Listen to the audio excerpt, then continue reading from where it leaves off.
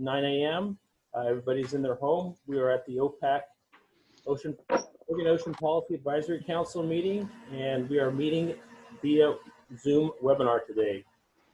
Start off with member introductions, and then we'll go around and just say hello and see what everybody's background has. We're going to have everybody turn their cameras on for their introductions, and then afterwards, please turn your cameras off. I'll start with myself, Walter Chuck. I'm currently chair of OPAC and commissioner for the Port of Newport. Andy? Walter, yeah, let's just run down the participants list after I go for OPAC members. Hi, folks. I'm Andy Lanier, the Marine Affairs Coordinator for DLCD and staff to the council.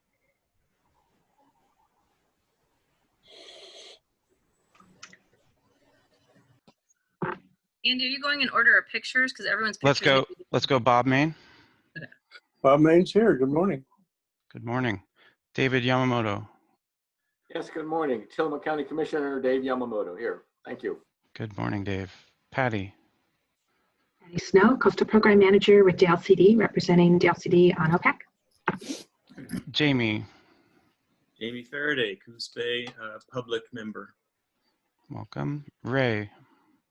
Ray Monroe, OCZMA non-voting seat. Welcome. Ryan. Good morning, this is Ryan Hook. I'm Senior Policy and Legislative Analyst from Department of Environmental Quality. Morning. Karin. Good morning, I'm ODFW, Oregon Department of Fish and Wildlife. I'm the Marine Program Manager, non-voting member of OPAC. Good morning, everyone. Morning. John Holloway. Hi, John Holloway, North Coast Recreational Fishing. Good morning. Susan. Susan Chambers with West Coast Seafood Processors, South Coast Fisheries Rep. Andrea. Andrea Celentano, Policy and Legislative Analyst at the Oregon Department of State Lands. Good morning. Charlie. Charlie Plyman, I'm the non-consumptive recreation seat with Oregon Policy Manager for Surfrider Foundation. Morning. Gina. I'm Gina Carter with the Nature Conservancy, sitting in the statewide conservation seat. And I think, Walter, did you want us to turn off our videos or turn off our microphones? Because our microphones make it so we can't hear, but I like seeing everyone's faces if possible. And you're on mute. We'll turn, after we get everybody's introduction, we'll turn our videos off and then on mute unless you're talking. Kevin Dunn.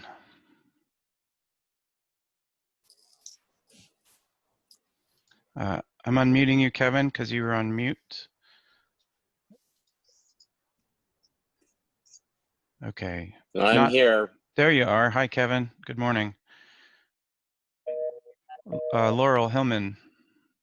Laurel Hillman, Oregon Parks and Recreation Department.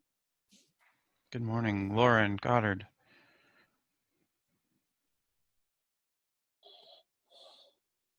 I'm going to unmute you, Lauren, because if you're speaking, you are on mute. Well, I was doing my best to unmute myself, but the button disappeared. So anyhow, good morning. Yes, I'm here. Good morning, Lauren. Richard Heap. I'm Richard Heap. I represent recreational fishing on the South Coast. Good morning, Richard. Shelby. Shelby Walker, Director of Oregon Sea Grant, non-voting member and Chair of the Science and Technical Advisory Committee. Excellent. So I believe that concludes the OPAC members. Is there anybody I did not call? And let me make sure that Megan Fleer is not sitting on. Oh, Megan, are you there?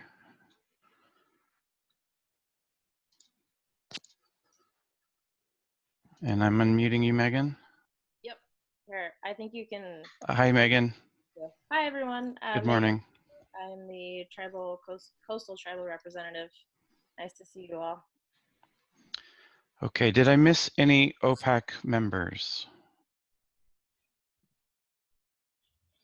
I don't believe so.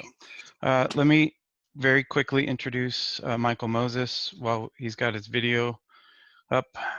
Michael will be given the TSP Part 3 presentation with Charlie.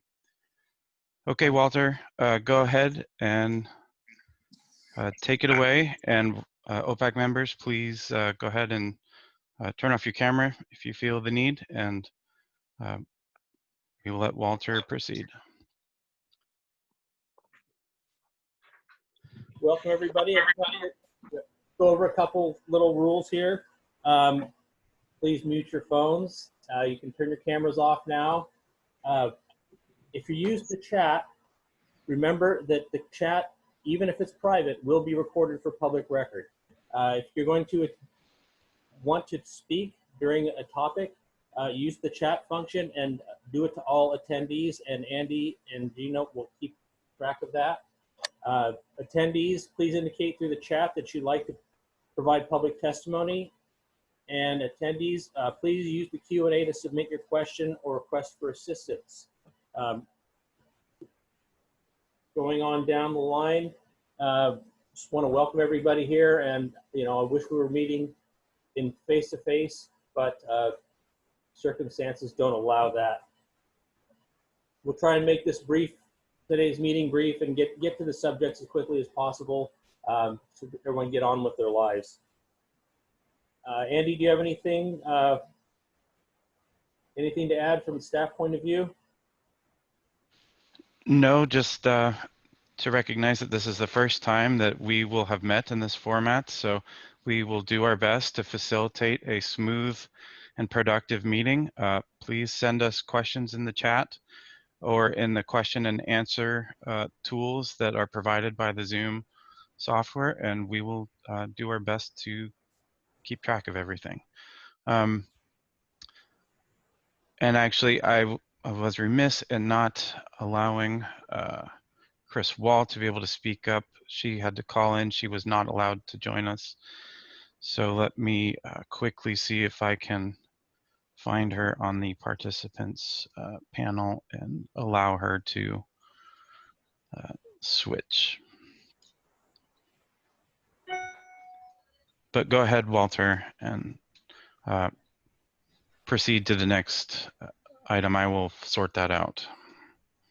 Okay, thanks. I did not see anyone from the governor's office. Will they be allowed to, or will they be on to give an update for anything regarding the governor's office? I did not hear from Jason, so. Okay, we'll leave that open. Okay, we'll move on to the first agenda item, review and approval of draft meeting summary. Give everybody a few minutes to look those over, and then I will be looking for a motion to approve the summary from our last meeting.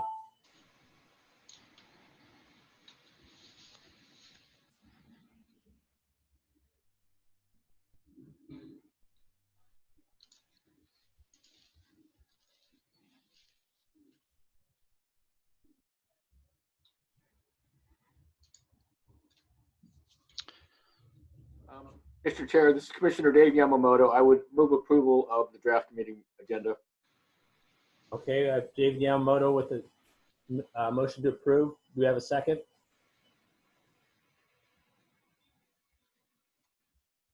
This is Charlie. I'll second. Okay, we have David with the motion, Charlie with the second. Any further discussion on the subject? Okay, hearing none. Can you please state aye for approval of the minutes? Aye. Andy, do you want to go down the list for that? Sorry. Let's do the converse. If there is anybody who does not want to approve the minutes, please speak now.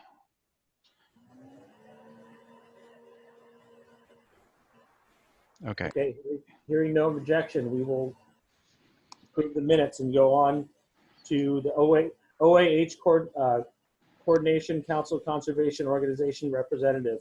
Andy, are you aware if any of the candidates are on the line? I will check.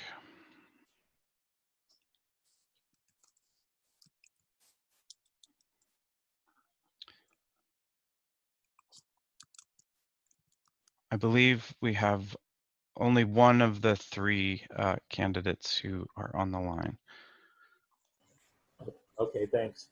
So this was kind of a late agenda addition to put the people's, the candidates, put their information in there. Let's give everybody a minute or two to take a look at them. The current person is Fran Reck, and we have two new people signing up, and then we'll be looking for a nomination to fill the seat in a few minutes here. So please take a minute and look at the applicants, and then I'll be looking for a nomination. Thanks.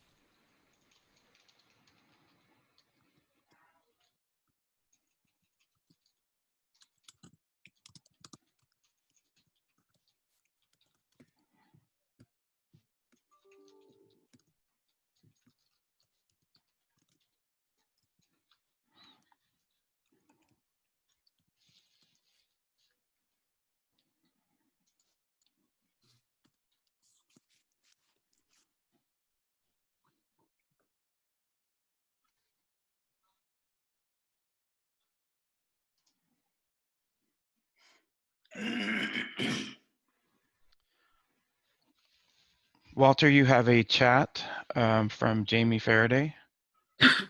And also me, Andy. And a chat from you would. So Gina would like to speak. Go ahead, Gina. Yeah, so I don't know if you want to discuss each candidate first or just move to nominations, but when the time is right, I'd like to move that OPAC appoints Fran Reck to the environmental organization seat for the OAH Council, and I'm happy to explain why. Thank you for that, Gina. If everybody's had a chance to look at the applicants, Gina would like to nominate Fran. Does anybody else want to provide some input or suggest a nomination for the other two candidates?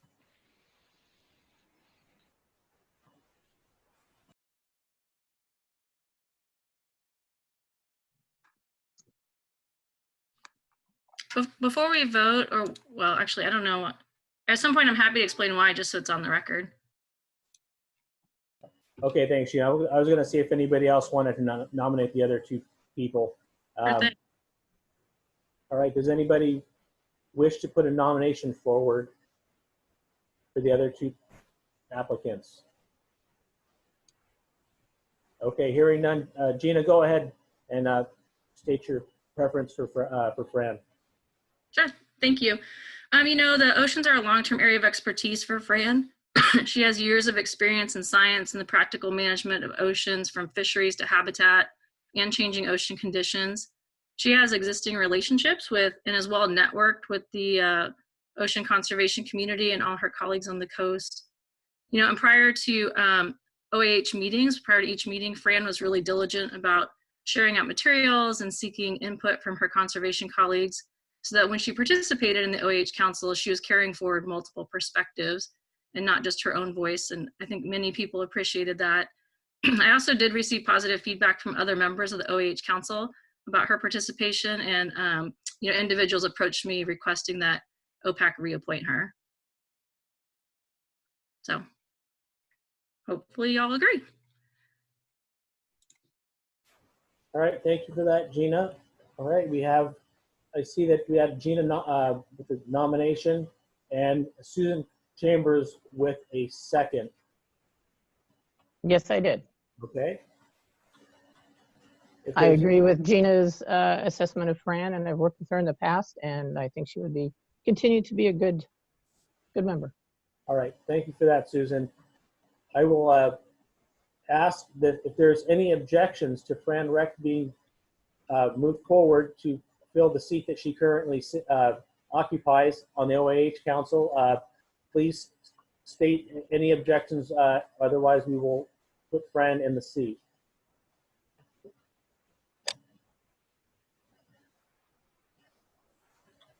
Okay, hearing none.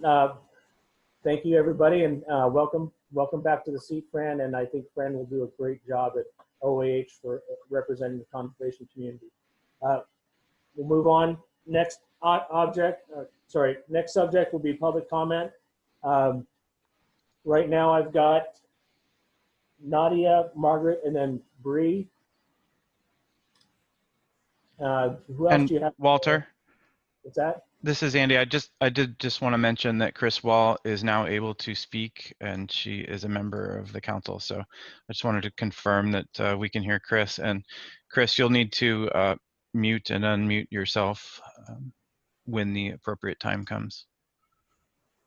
Appreciate that, Andy. Can everyone hear me? Yes, good morning. Thank you, guys. Yeah, apologies, NOAA's not allowing the employees to use the Zoom platform for meetings right now, so I'm confined to only being able to call in, which had me fully muted. But this is Chris Wall with NOAA's Office for Coastal Management. I'm a non-voting member on OPAC. Thanks, Chris, and welcome to the meeting. Thanks.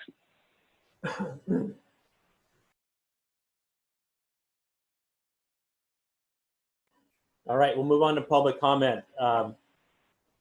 I see Nadia first. Is that correct, Andy? Yes, and Nadia should now be allowed to speak. Hello, my name is Nadia Gardner. I live in Arch Cape, which is just south of Cannon Beach on the North Coast. And as a native Oregonian and a 20-year coast resident, I thank you and the Rocky Habitat Working Group for all the important work you've done on the Rocky Habitat Management Strategy Update. Our rocky habitat, as you know, is critical not only to plants and wildlife, but also to our rural coastal economy and our culture. With all the recent marine research on invertebrates and crab and rockfish, as well as other fish species, we're learning now even more about its importance. And much of that is largely thanks to the Marine Reserves program. I appreciate the emphasis that the process puts on involving the public in nominating the rocky habitats for designations. That's the Oregon way. However, as someone who is a volunteer and was on the Marine Reserves community team here on the North Coast, I know how much you're asking of us, and it's a lot. I'm a working parent of a 4-year-old child, and I do this all in my quote-unquote free time. So anything that you can do to support us as community members is really, we're thankful for. The coast, as you know, is vast, and while there are some well understood areas, there's a lot to explore and to learn still. And there are a lot of people on the north and the central coast, relatively, not compared to some places, but not many on the south coast, and that's where there's a lot of our significant rocky habitat. And so I ask that you think about ways that you can help us. One solution to the problem would be to just look at our list from 1994 and think about, can we not start from scratch? Can we move forward some of these sites or all of these sites that were already designated as habitat refuges and research reserves, including those on the North Coast? So we have Tillamook Head and Cape Lookout, and those are clearly important. Those are clearly deserved of some designation, and they were already recommended for designations back in 1994. So why start over? And that by focusing, by allowing us to not focus on those sites and to look at lesser known sites, we have a little bit more space to spend time doing the extensive research that you're asking us as community members to do. I'm also pretty concerned about the piecemeal approach to designations that this process invites. It's important that designated rocky habitats span the coast and not just be on the north and central coast, but also include the south coast, and also that they represent our diverse habitats to support our diverse wildlife. The North Coast is very different than Bandon or Port Orford or Brookings. So it's important that we have these rocky habitat protections or designations in different places, and that they represent all this diversity that we have. So I'm asking that you bring together a group of scientists and agency representatives to make sure that the outcome does that. If the community proposals don't do that, please invite that group or member organizations to propose their own sites so that we could have a well-rounded portfolio. The last update was 25 years ago. I really ask you that you make sure that the process results in designations that support Oregon's ocean, so that we can continue to support our coastal economy and culture into the future. Thanks again.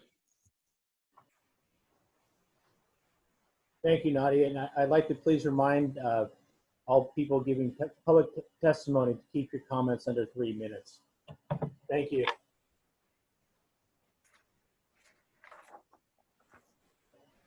And next, we've got Margaret Corby. Yep, Margaret, you should be able to speak now. Diastis, Chair Chuck, the Vice Chair Carter, and members of the OPAC. Margaret Corby Lenhonas. I'm a Kanis Coos tribal member and here today as a representative of the Confederated Tribes of the Coos, Lower Umpqua, and Sayusla. I wanted to acknowledge Rosalind Nguyen, the tribe's Culture and Natural Resource Director, who I believe is on the call, though I can't see all the participants here today, as well as any other staff and representatives that are here. And I wanted to thank you all for the opportunity to bring forth my thoughts to you. Our tribe, as set forth in our Constitution, seeks to perpetuate our identity by protecting, preserving, and enhancing the resources and landscape that continue to sustain us. Those traditional practices and beliefs are inseparable with the vast resources along the coast. Harvesting, canoeing, fishing is ongoing for tribal members. Our lifeways are tied, sorry, I thought I was gonna have video there for a second. Our lifeways are tied to ocean, landscape features, cultural sites, important animals such as seabirds, sea lions, seals, whales, first foods such as fish, clams, crabs, seaweed, and kelp, as well as things just like shells that we use in regalia. These resources provide a cultural connection through language, storytelling, harvesting, art, ceremony. To us, natural resources are cultural resources. And when the state manages those resources, they also manage our identity and culture. In early March, our tribe provided comments on the Territorial Sea Plan Rocky Habitat Update, and we recently received a response letter from agency and working group members. And we would like to thank them for their consideration and dedication to this update, as well as to the tribes. It was really great to see that letter. The response discusses our concerns that we brought forth and provides a starting point for tribal engagement. We truly appreciate this work and want to recognize it, as it's not often that we receive detailed response letters like this. From the letter and directly to the council, I would like to address the shortage of tribal seats on the Ocean Policy Advisory Council. There are 4 federally recognized Oregon coastal tribal governments that are deeply rooted on the coast of Oregon. They have status that's equivalent to states. Our tribes have a unique history and cultural connection to their ancestral home. Having only 1 tribal seat for 4 nations effectively excludes the viewpoints, perspectives, and lifeways of others. Although we may coordinate and communicate, we may not share priorities, and it is not appropriate for any tribe to speak on behalf of another sovereign. I would like to request OPAC support our sovereign tribal nations in Oregon and come forward with a recommendation to the governor that 4 coastal tribes have equal representation on the council by assigning each a seat. I would also like to recognize that there's been an empty seat on the Rocky Habitats Working Group, and tribes have to prioritize their work just like any organization or agency must. Along these lines, tribal capacity may be limited. However, this does not mean tribes do not want to participate. One idea I would like to put forth to OPAC is to direct the working group to gather tribal staff to review specific parts of the management strategy and provide background information, or may impact cultural areas of importance to tribes, or otherwise overlap with tribal educational efforts. In no way does this replace consultation. However, it may help understand what work is needed next. Again, I can't speak for other tribes, but to me, this type of work may help circulate the work efforts of the council and the working group to tribes on both the update and the Territorial Sea Plan and other work that's undertaken by OPAC. For CT Clusi, for the Confederated Tribes of the Coos, Lower Umpqua, and Sayusla, our contemporary tribal government structure was barely 10 years old when the Territorial Sea Plan was originally adopted. Today, the council and the tribe have the common opportunity to update this strategy in a way that's meaningful to Oregon, the sovereign, and sovereign nations that have lived here for millennia to steward resources more effectively. We have the opportunity to manage these resources in a holistic way together. Louis, and thank you for listening to my testimony today. Thank you, Margaret, and thank you for the letter also. We will be talking about the letter during our Territorial Sea Plan Part 3. Thank you again. Next, we've got Dawn Scusa. Dawn? Here we go. You should now be allowed to speak, Dawn. Okay, thank you. Good morning. My name is Dawn Villascusa. I'm president of the Lincoln City Audubon Society. We're a chapter of the National Audubon Society, located obviously in Lincoln County.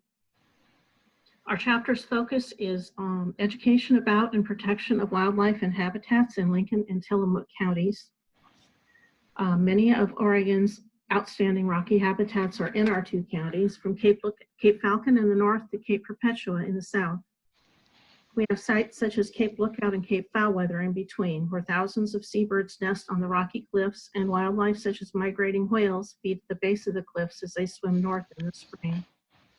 We're very excited about the new proposal process, including the online tools that have been developed, and want to thank the working group and DLCD for their time and effort putting it together. We look forward to continuing our participation in the effort to protect rocky habitats in Lincoln and Tillamook counties. We respectfully request that you take some key steps to advance the process. First, as others have mentioned, we ask that you honor the extensive work done in the early 1990s and bring forward the sites from the 1994 plan. To include these sites in the new plan will be a great beginning to the new proposal process and give us the time we need to focus on our sites, other sites in our two counties. Next, we'd like you to encourage state agencies to partner with community groups such as ours to develop proposals. The proposal process, as has been mentioned, is challenging and complex. In addition to gathering historical and scientific data, we must also build public support. With state agencies providing some of the scientific expertise and background, and community groups conducting outreach to the public and stakeholders, these partnerships should result in solid proposals. Finally, we ask that you approve the Rocky Habitat Strategy today, but delay and extend the initial proposal submission window to a minimum of 6 months from the issuance of an executive order lifting the prohibition of non-essential gatherings. We make this request because we need sufficient time to conduct stakeholder outreach and build public support, tasks that are difficult to accomplish given the current restrictions on meeting. Thank you for your support of the Rocky Habitat Strategy and your consideration of our requests. Thank you.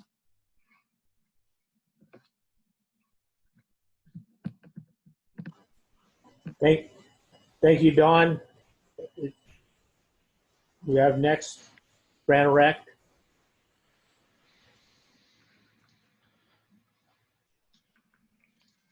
Okay, Fran, you should now be allowed to speak.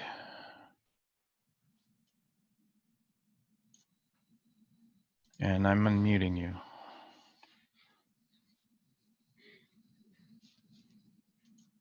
Trying again. Fran, if you are speaking, we cannot hear you. Can you hear me now? Yes, there you are. Good morning. I'm sorry, I had to do that as well. I apologize. Good morning. My name is Fran Recht, and I'm a resident of Depot Bay. I'm very appreciative of the hard work that the Rocky Shores Working Group members have all expended on work on updating this Territorial Sea Plan, Part 3. And I would like this draft to move forward, and with one exception.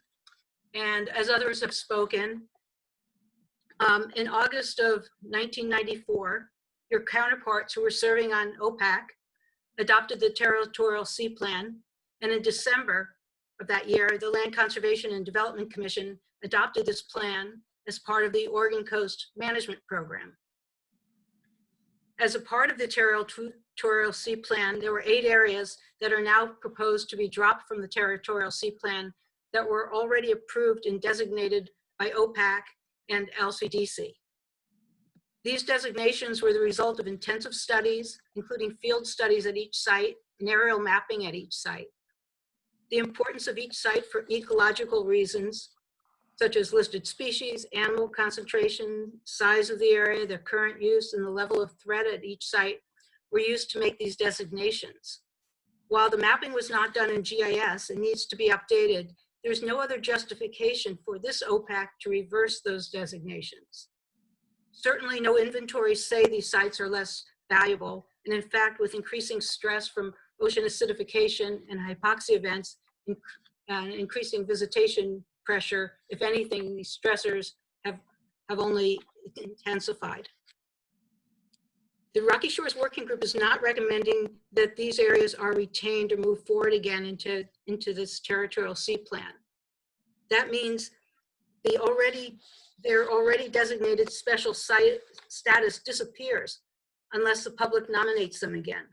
This is not right. It's an unnecessary burden on the public to have to do so, and on those agencies and specialists that will have to review these redundant nominations. Please move these areas forward directly and ask ODF&W and OPRD to update the mapping. Thank you. Thank you, Fran. Thank you for your comments. Andy, I see we have Paul Engelmeyer next. Paul, state your name and your comments. I'm having trouble finding Paul on the list. Where are you, Paul? I believe he's under Leibowitz. Nope, that's different. Okay, let's go to the next while I search for Paul on the Andy, attendee list. I think he is under Joe, actually. Okay, let's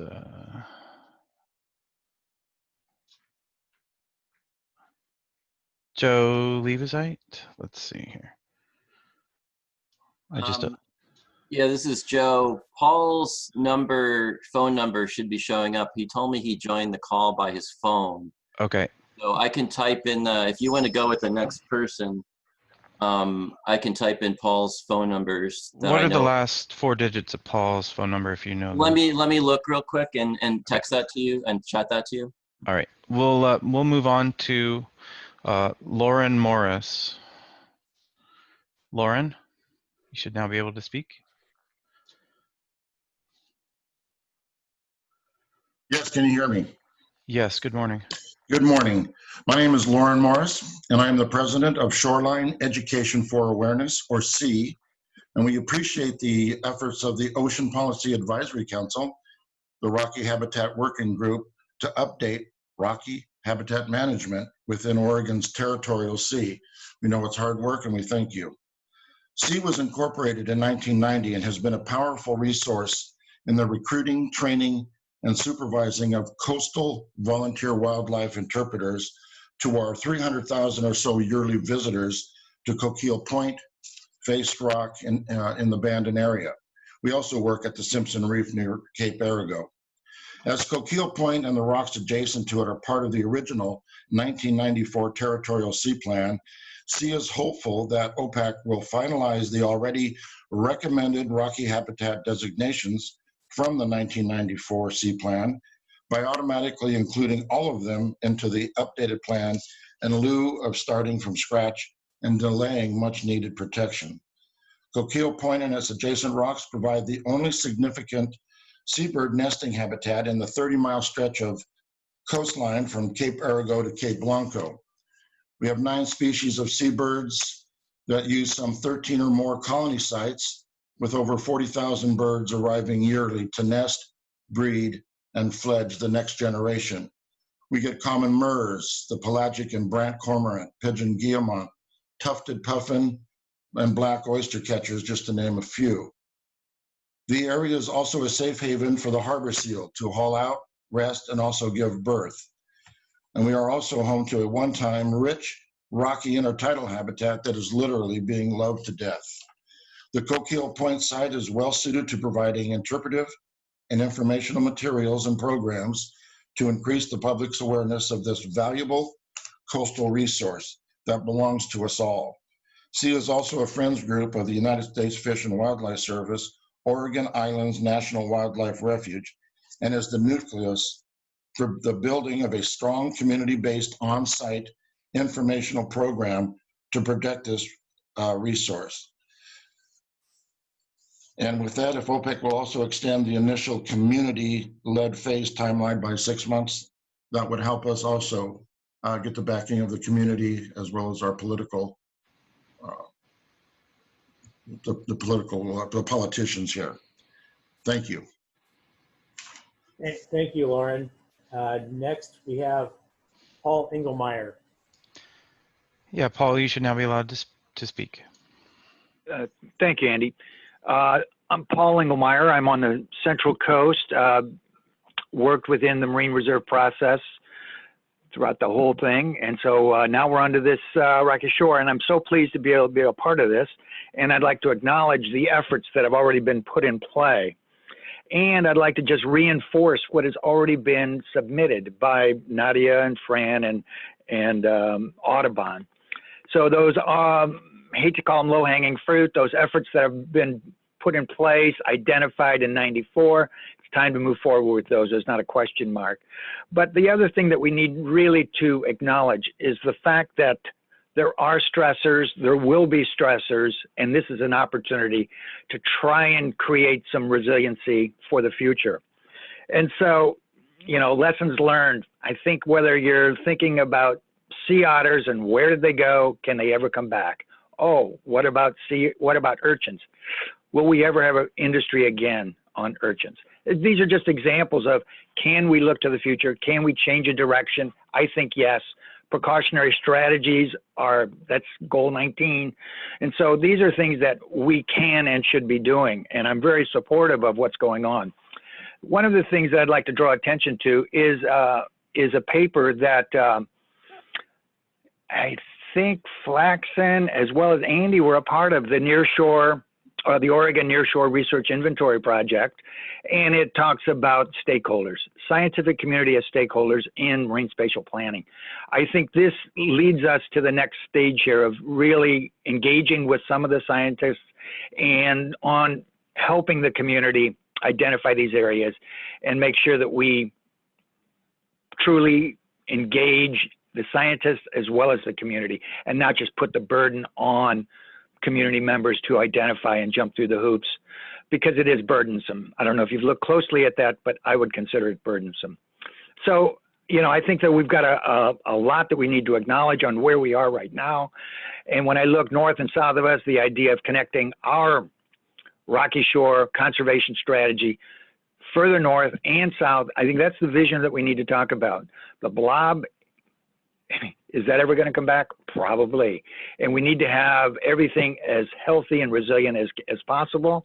And it's in our best interest to design research, long-term research sites up and down the coast that connect within the California current. And so that's a task and an opportunity and a commitment that I think Oregon is ready to build on what we've already done. Thank you very much. Thank you for your comments, Paul. It looks like next we have Bob Bailey. Yeah, Bob, you should now be allowed to speak. And I'm unmuting you. Let's try that again. All right. What do you say? We can hear you. Thanks, Bob. All right. Good morning, everybody. Bob Bailey, current resident of Albany, former Ocean Program Administrator for Department of Land Conservation and Development. I was the previous Andy Lanier and was very involved in the building the Rocky Shore strategy in the 1994 plan. That strategy came out of the a prior effort through the Ocean Resources Task Force that was looking at a range of issues up and down the coast. And the range of issues that the public spoke up on most was protection of rocky shores in relation to potential oil and gas and marine mineral mining. So the 1994 sites that were included in the strategy that was developed included in the territorial sea plan came out of a lot of public involvement and public work to identify those sites and to approve or agree to the designations. As has been said before, the amount of inventory work that went into identifying these sites, analyzing their resources, potential threats, etc., was significant. And really, it's a strategic approach, not an individual piecemeal approach. So I like what the current working group has done to add this community-based process. I would hope that the existing site designations could be brought forward and use this new community group nomination process to really elevate the sites for implementation by ODF&W and parks through regulation. That's really the step that never happened. The existing sites are all in a plan document, and that's fine, it's a plan. But to actually implement them through regulation is a big step. And I think the community group process that the working group has laid out is really a good way to go to take that next step, to take these plan designations and actually implement them through regulations on the ground. So I commend the working group on coming up with this community-based proposal and that process. It will be burdensome, and I would commend the previous comments of Nadia and Dawn and others about the significant amount of work that's going to be involved. But I think that if the agencies can provide some assistance to these community groups and to allow the extra time because of COVID, I think that that can be a really good process for taking these plan designations that are in the current plan and elevating them through the regulatory process. So thanks a lot. Thank you, Bob. Next, we've got John Bradfield. Okay, John, you should be allowed to speak.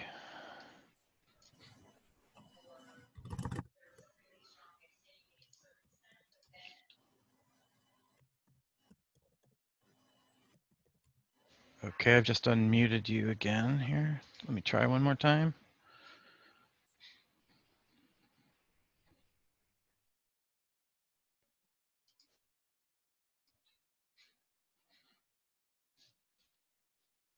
John, we're still not hearing you. I'll try and unmute another time. There you are. Good morning. John Bradfield speaking. Hi there. Thank you. John Bradfield, Maintenance Director for the Hawaii Submarine cable that lands on Oregon shores at Pacific City. Wishing to speak to the Territorial Sea Plan Part 4 Amendment Plan. I'm also a designated member for Hawaii on the Oregon Fishermen's Cable Committee. Background is 27 years in submarine cable industry, and specifically I've been involved in the landing of the North Star cable at Nadona Beach, Southern Cross cable at Nadona Beach, and also Morro Bay, California, and more recently, obviously, the Hawaii cable. Appreciate the Oregon state government and specifically OPAC in taking the time to consider the request for review that the OFCC has submitted, and I believe Scott McMillan will be presenting shortly. I have sent a brief email in case I had technical difficulties. Looks like we've got through those, so that's good. I'm actually calling from Sydney, Australia, and as one of the submarine cable representatives on the OFCC. Very briefly, the OFCC was created 20 years ago in opposition to submarine cables landing in Oregon to defend the rights of the Oregonian fishermen and the local community. And out of that, the process for landing cables in Oregon became very regimented and actually over the last 20 years has led to almost all cables landing on the west coast of the US landing in Oregon because of the clarity of permitting. The issue at hand is that one of the initial requirements by the OFCC was for inspection of the burial, subsea burial of the cables offshore periodically to ensure that the cable hadn't deburied itself. Obviously, the cable networks were something that the fishermen weren't all fully aware of, and it was a concern that cables could debury over time and putting at risk the fishing equipment and the vessels in case they snagged on the cables. As Scott will present, over the past 20 years, no inspection has found cables deburied, and as such, the proposal is to remove the requirement for periodic burial, following assurance that the cable has been at least inspected following installation to confirm that the required burial has been completed. A point of note is that that is really the only detrimental requirement to submarine cables owners to landing in Oregon. Apart from that, you are unique in the existence of the OFCC, so basically a collaborative organisation between cable owners and the local fishermen, who are sort of the most interested party in activities happening in the ocean offshore. And the processes you have. In fact, I mentioned the Southern Cross cable. It landed in both Morro Bay in California and Nadona Beach in Oregon. The Nadona landing actually came out of permitting issues in California and a rerouting of the system to Nadona Beach. And as I say, since then, with the processes that were set, Oregon has taken almost every submarine cable landing since. California has recently reviewed their processes, and cables are now starting to go in there. So there is the likelihood that California will be considered more often in the future. The result of all these cables landing in Oregon has been beneficial to Oregon in the growth of the data center community, particularly in Hillsborough, as well as providing employment locally. Given timing, I'll just cut to the last point that I don't think I saw in Scott's presentation, and that is burial of cable is critical to the submarine cable owners. We provide international communication, so it's phone calls, it's email, but it's also what the world's come so reliant on. It's your Google, it's your Facebook, it's Zoom, it's all these teleconferences. So it is a critical infrastructure, and it is something that for our business we must do everything we can to avoid the system going down, such as being snagged by fishing gear, which can take a cable out for a week to a month. So we ensure that the cables are buried to the appropriate depth, as we've surveyed, and if there was any reason for there to be a need for an inspection of a cable, we would do that proactively, and do that proactively rather than having a legislated requirement. So basically, my presence is to support the proposal that the OFCC has put forward for modification of the Oregon Territorial Sea Plan to remove the periodic inspection requirement. So with that, I thank you for your time, and I'll leave for your review. All right. Thank you, John. Let's go to Bree Goodwin. And Bree should be able to unmute. Yes, can you hear me? Hi, Bree. Yes. Hi. Thank you for the opportunity to speak. My name is Bree Goodwin. I am the Oregon Field Manager for Surfrider Foundation, and I'm joining you from Yachats. Surfrider is a nonprofit dedicated to the protection and enjoyment of the world's ocean waves and beaches. Engaged community members are the core of our organization. We have 4 chapters on the coast and 1 in Portland. Our members and volunteers are not just surfers like people often think. I personally have a hard time staying upright on a surfboard.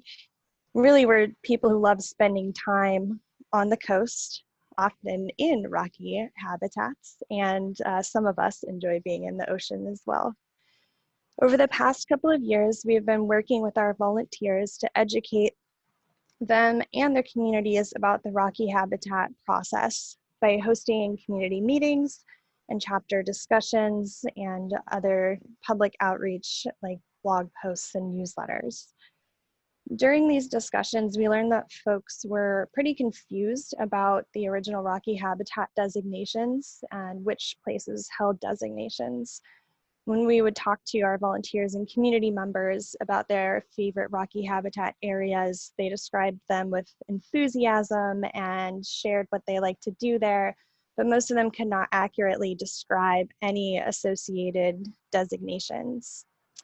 Last year, I worked with our chapters to develop a guiding statement on the rocky habitat process, which I presented to you at your October OPAC meeting. In summary, we support a public process for site designations that strikes a balance between protecting ecosystems and allowing opportunities for enjoyment. We also appreciate that the process is grassroots and designations will come directly from communities.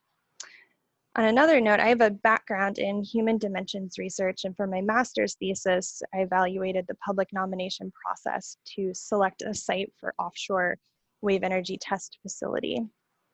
In my research, I found that the community members that participated in the process, while not necessarily happy with the outcome for those whose site was not chosen, they were happy with the process itself. And similar to that process, the draft for rocky habitats relies on local knowledge and allows community members to work together to nominate places that are special to them. Additionally, this process is clearly defined and also has a review by agencies for each site before implementation. The clarity this draft provides on designation types will make it easier for Oregonians not only to form proposals, but to understand designations and ultimately comply with associated regulations. Thank you to OPAC for the opportunity to speak and to the working group members for all of their hard work to develop this draft strategy. Thank you, Bree. Next, we have Margaret Minnick.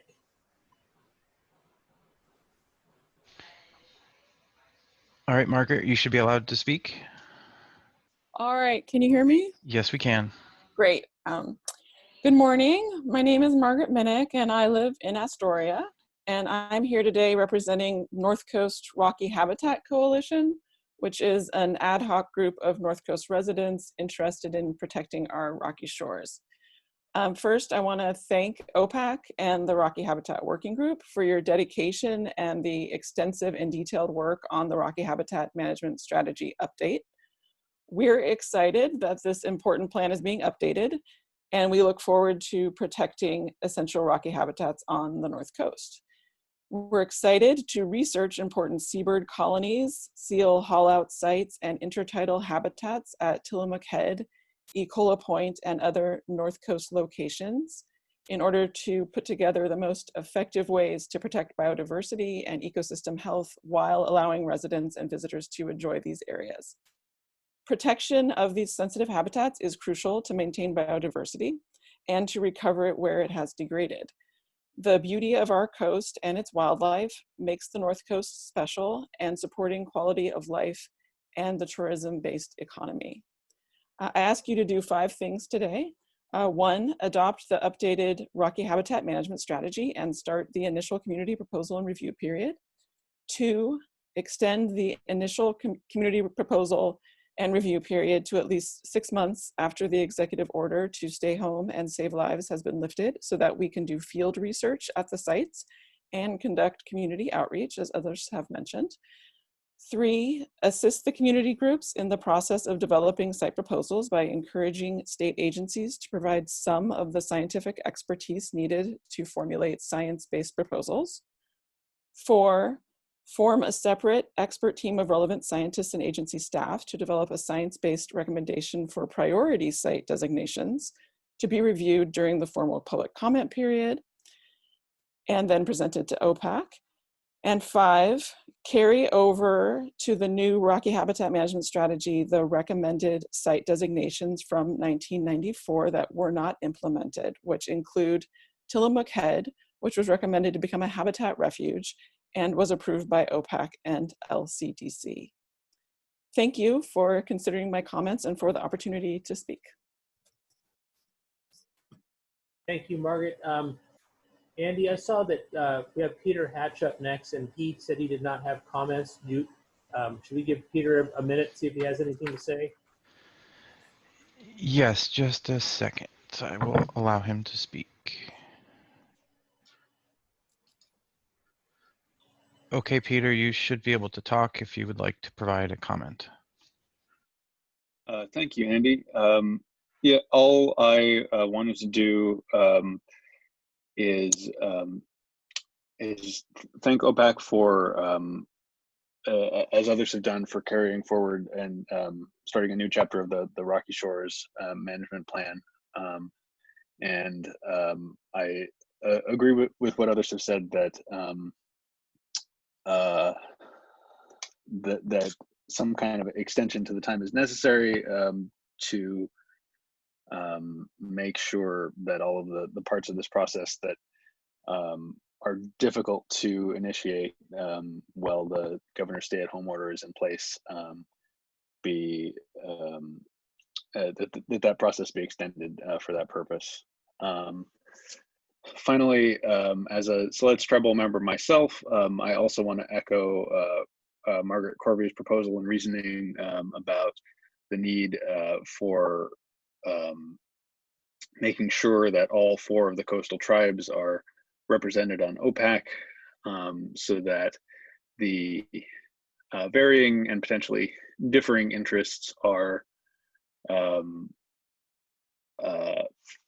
can be properly expressed and potentially implemented in policy. Thank you for the time, and thanks again for all your hard work. Okay, thank you for your comments, Peter. Andy, I missed something in the chat. Megan Fleer, OPAC member, wanted to respond to a couple of the previous comments. Can we give her a few minutes to respond to those comments? Yes, Megan, go ahead. Hopefully you can see my video. Okay. Hi, everyone. I'll try to be quick about this, but since we have a number of tribal reps on the call today, I wanted to respond to Margaret Corby's comments as the sort of standing coastal tribal representative. And I don't know if this is the appropriate time, but I would like to make a motion at some point. If that can be now or later, I'm not sure. If I may, it might be good to wait until the description of the letter exchange has happened, so that the rest of the OPAC members, if they haven't been keeping updated on that, are fully updated. Okay, I will wait for the motion then, but mostly I just wanted to echo Margaret's testimony. I think she was very eloquent in her comments and covered most of what I would say anyway, but as the other tribal reps have also said, I would like to put my support in for the addition of tribal seats. As the sole tribal rep for the last 4 years, I can say that it's always been a tricky balance to try to represent more than just my tribe, and that's even when I was working for my tribe officially. They don't always agree, and they are their own sovereign nations. And I think right now we have, since I'm exiting out of this position, I believe we have a couple nominees from the tribes to replace me in the tribal coastal position,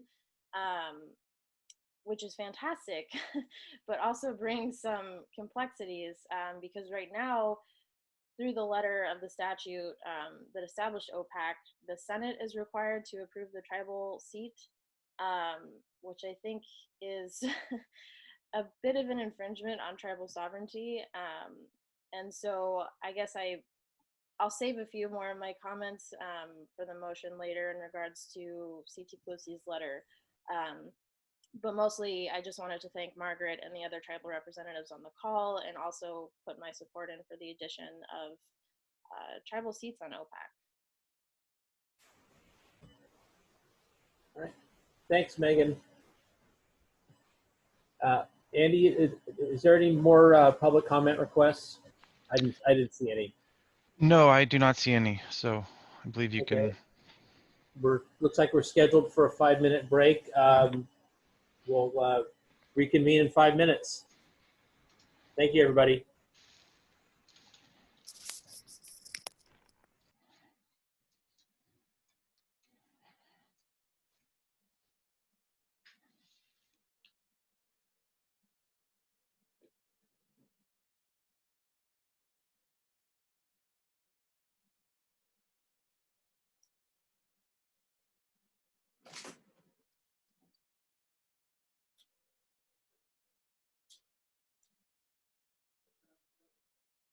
Oh, thank you.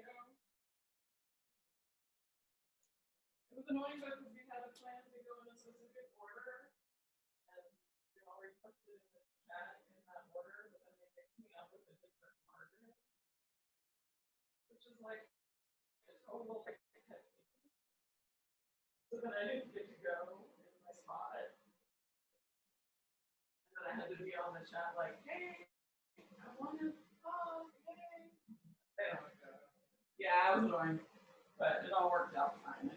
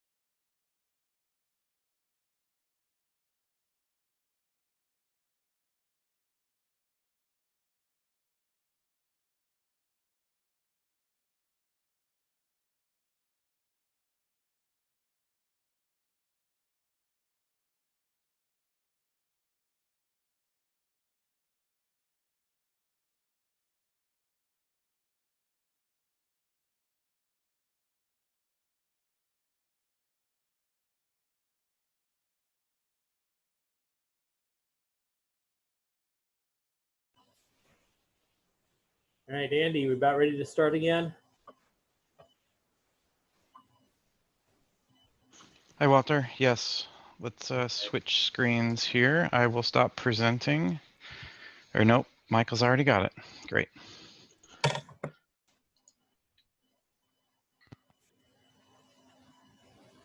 Okay, Yep, I already got it, and I think Charlie's gonna kick us off here. Okay. All right, welcome back everybody from your break. We're gonna have Charlie and Michael Moses presenting on Territorial Sea Plan Part 3. Take it away, Charlie and Michael. All right, thanks. There, Walter, can everybody hear me okay? Get a thumbs up from, all right. So go ahead and go to the next slide there, Moses. Just give you a quick roadmap of what we're gonna talk about. We'll go through a walkthrough of our updates. We'll kind of just revisit the whole process in itself as well. We did go through a public comment period, which is why we're going to spend a little bit of time talking about the summary of public comment.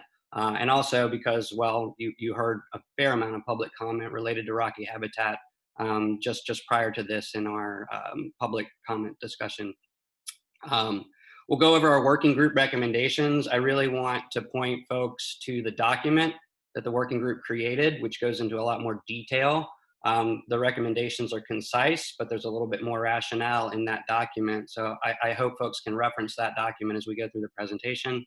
And then we'll finish up with some questions and discussion and potential actions to take. And we'll go to the next slide. I want to give a big shout out to our Rocky Habitat rock stars, as I call them. The working group has been diligent and constant. And so I just wanted to flash everybody's name up here, give a shout out. Tom Calvanese from Port Orford on the South Coast, Carrie Carlin Morgan with the Oregon Coast Aquarium representing education interests. Dave Lacey from the Oregon Coast Visitors Association, representing coastal tourism. Scott McMullen, representing the public at large, and also just institutional knowledge from Territorial Sea Planning and OPAC. Dick Vanderschaff with the Nature Conservancy has been instrumental in ecological and conservation perspectives. Andrea Celentano, I hope I did not butcher that last name, has been instrumental as well in the submerged aquatic vegetation policy and representing Department of State Lands. Walter Porta Newport, and also chair of OPAC, also been fantastic. Dave Fox, just a wealth of information, bringing in a lot of info and detail from the early 90s when a lot of this strategy was first laid out, was instrumental. Laurel Hillman from Oregon Parks and Recreation, who also did a fair amount of work inventorying the rocky habitat early in her tenure here in Oregon. Sean Stevenson from the U.S. Fish and Wildlife Service, who's also been great, kind of came in towards the end here, but has been instrumental in giving some perspective in how these rocky habitats and our designations, state designations, sort of intersect with federal. And then finally, Chris Wall, our federal liaison with NOAA. You know, at the end of the day, this plan and the policies that we are developing are part of our coastal plan, and it's something that is important to the state of Oregon and important to the federal government with respect to the Coastal Zone Management Act and federal funding that we receive at the state level, and implementing policies that are important here in Oregon. So I really just wanted to spend a little bit of time kind of shouting out each one of these individuals. They've been really engaged in this process for close to 2.5, 3 years now, and dealing with a lot of detail and a lot of the public testimony. So I just wanted to give a fair shake and a strong shout out for our Rocky Habitat rock stars. So thank you, everybody. The one person who is, I think, missing from this slide is Andy Lanier, who also has been a constant, or I guess I should say two people, Andy Lanier, Deanna as well. So our DLCD staff is not on here. We've had some transition there. All of this would not be possible without that foundation supporting the working group. So again, thanks to all of you guys, and we will go on now. I'll stop gushing. All right, so quick top line summary of what our working group recommendations are gonna look like before we get into the details. I just want to remind folks, this is what we're going to come back to. We're gonna ask OPAC to consider extending the timeline. We'll get into a little bit more discussion about that and what that means and what that looks like and the options that the working group considered. We're going to ask you to adopt the draft strategy that we've put in front of you, and that includes the site designations that's proposed in Appendix F, and the policies and the definitions as written within. And then lastly, we're going to have a discussion about supporting the letter from Confederated Tribes, Coos, Loram, Kwa, and Siuslaw Indians, as well as I think some of the discussion that happened during public comment about tribal representation and that of First Nations on OPAC. So we're going to come back to all of these 3 points, but I just wanted to remind folks that before we get through all this, this is what we want to get back to.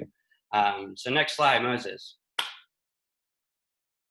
Big picture. What is this process? What are we doing? How did we get here? Phase 1 was public scoping. That happened during the better part of 2017, 2018. And that was really trying to understand what was the public's interest in the update process. What we learned from phase 1 was that there was a lot of uncertainty in the current designations. There was an interest in creating stronger consistency around those designations. There was an interest in developing a public proposal process for designations. And so that's really what led us into phase 2. And phase 2 was really all about developing that public proposal process, tying up some loose ends as far as policies that also came as a request from the public during phase 1. So really that's what we spent the bulk of our time in phase 2 doing. We'll get into a little bit more detail about that. Phase 3 is what we're going to move into next. And that is if we have an approved public proposal process through the draft strategy today and a timeline, we will enter into what we're calling the initial proposal process, which is a period of time in which the public, and I'd like to remind folks, that's just not the communities, that's anybody. Anybody in the public can designate or propose a designation that will be considered by the by OPAC and moved to, or considered by the working group and moved to OPAC. Next slide. A quick summary since what we've done since October. So the last time we met with OPAC, I think that we had presented you with sort of the categorical designation types that the working group had fallen on phase 2. But since then, there's been a lot of work that's actually been done. And I'm pretty proud of some of the things that DLCD has been able to pull off in the meantime as well.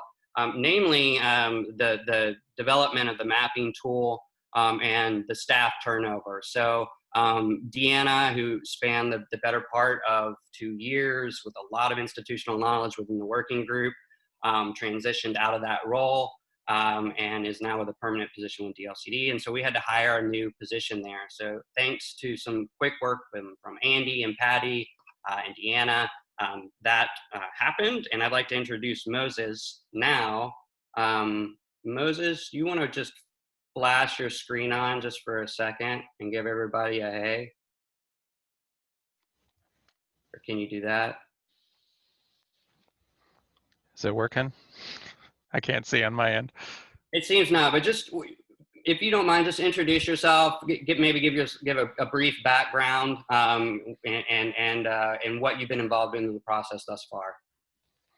Sure. Yeah, I started on January 6th with this process. And my background, I came out of the Marine Resource Management program at Oregon State University, which is the same program that Patty Snow, Andy Lanier, Deanna Cariciolo, and many, many other wonderful people have gone through. So my background has been, I've done a lot of work in the past with the Peace Corps organization for about the last 9 years now, working off and on for them. I've worked for OSU in various capacities. I've taught oceanography at LBCC.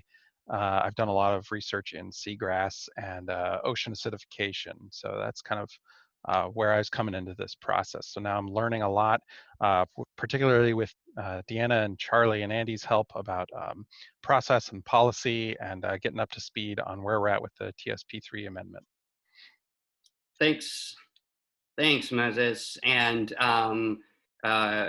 Moses, it's Michael Moses, and he goes by Moses, but it sounds like occasionally he's introduced as Michael, or at least I confuse that sometimes. So you can call me Michael, you can call me Moses. Hey, you stop that, whatever works. But welcome to the process. I'd like to just acknowledge too and remind folks that Moses is able to join DLCD based on a project of special merit from NOAA. And so this is a grant funded position. And it has been extended for 2 years. And so, that's really important when we consider about like staff capacity and constraints on the process, is that we have the benefit of an additional full-time coordinator for this right now. Whereas typically this would fall, completely on the back of Andy and Patty in the coastal program. And so this is a big benefit having them. So since October, in addition to the staff change, we've had 5 working group members, 5 working group meetings. We did have to do one of those remotely. We updated the Rocky Habitat Management Strategy. We did some work on the site designations, particularly the proposal process is where we put in a lot of time and effort. The agency spent a lot of time on the Rocky Habitat Mapping tool, which Moses will go into, developing a tool user guide and developing some outreach products, which was particularly important since we're not able to get out in the community and share that tool right now. There were able to be conducted, we had a 30-day public comment period that was that spanned February. And so we were able to get 5 public outreach meetings and 2 webinars done during, in person, or at least the outreach meetings were in person in February before everything sort of closed down with the pandemic. And I would say that, in addition to the 30-day public comment period, the working group actually spent, 2 meetings there really deliberating that public comment. And so I think it's respectable of the working group to really spend some time and some effort at the end of this process through some extensive public comment. And so that happened as well, despite sort of the pandemic stuff. Next slide. So what sort of notable updates happened to the draft strategy itself since October? One, we created a new submerged aquatic vegetation policies and associated definitions. This came with considerable discussion within the working group, from the public, and also within a subcommittee of agency representatives who were better equipped to really understand what that enforceable or maybe not enforceable policy would mean for them. And so that was a significant portion of time that was spent updating on the strategy we'll talk about. The proposal process itself and the proposal processes, so that initial and maintenance process, that was developed and implemented or put into the plan and manipulated a little bit. The proposal questions themselves, so that's all of Appendix C that's within the strategy. And then the addition of Appendix F. And this is sort of a crosswalk of the history of designations, because we've heard a lot of public input about those 94 designations, the ones particularly that were not implemented. So we wanted to have a crosswalk, and we developed that at the request of the public so that folks could clearly see what areas were moving forward in the process and what areas would be part of the public proposal process. Next slide. Notable policy updates. So I mentioned the submerged aquatic vegetation policy. Q and R are the 2 policies that came to be. And I believe that OPAC has seen policy Q before. You saw that in October. And there's the addition of marine was added to that. Policy R had a lot of discussion within the working group and within a subcommittee. The public had a lot of input on that policy, and ultimately, I believe that we were able to get to a decent place. But that's the policy that you see in front of you right now is the recommendation that came out of OPAC. And I don't believe this discussion is probably over for submerged aquatic vegetation. I think we've carried it as far as we can in this process right now. And so I'll just leave it at that. Next slide. I'm going to turn it over to Moses to kind of go into the public process a little bit. And since he led a lot of that effort, as well as talk about the mapping tool. But just to remind folks what we're talking about when we talk about these designations, and this is kind of important when we think about a lot of the public comment we've heard around the 94 recommendations. The working group sort of landed on these categories, which you've seen before now, which are the new designation categories: marine research area, marine garden, and marine conservation area. And it's really that latter category that is the consequence for a lot of the public comment that you've heard around sites not moving forward. If what we've heard is that there are these 94 sites that were recommended, designated, but never implemented. They were confusing to the public in many cases, is what we heard in phase 1. So in phase 2, we tried to clean that up. And in that cleanup process and reevaluating the goals, and really when you get into Appendix F, that's where you can kind of see that crosswalk. I think that's where some of the heartburn fell out, particularly with some of the conservation community who felt like a lot of those sites were being lost. And so that's what you've heard in public comment. We'll talk a little bit more about that, but I just wanted to lay out the playing field of like, what are these categorical types of designations that folks would be considering during the proposal process? And also remind folks that the proposal process also includes the ability for folks to manipulate an existing site. So that could be, an addition to a site or a deletion of a site in some way, shape, or form. So there's a lot on the table during this process. I'm going to go to the next slide here with Moses to take it away. All right, thank you, Charlie.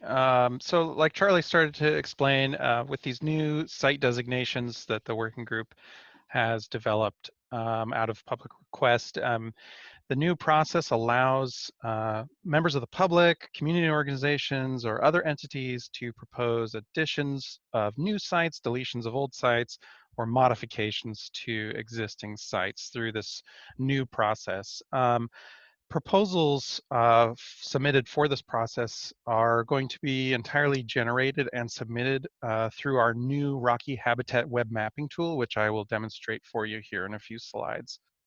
So this was developed through a partner down at UC Santa Barbara, I believe. And it's built on a platform called C-Sketch, which has been a really great platform for marine spatial planning. And we're going to have the proposals accepted in two processes or two different opportunities.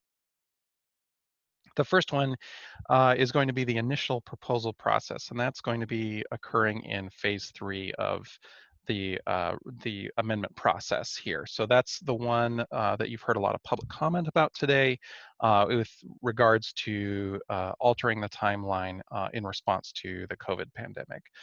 So the initial proposal process is going to be our pilot or trial run of the process.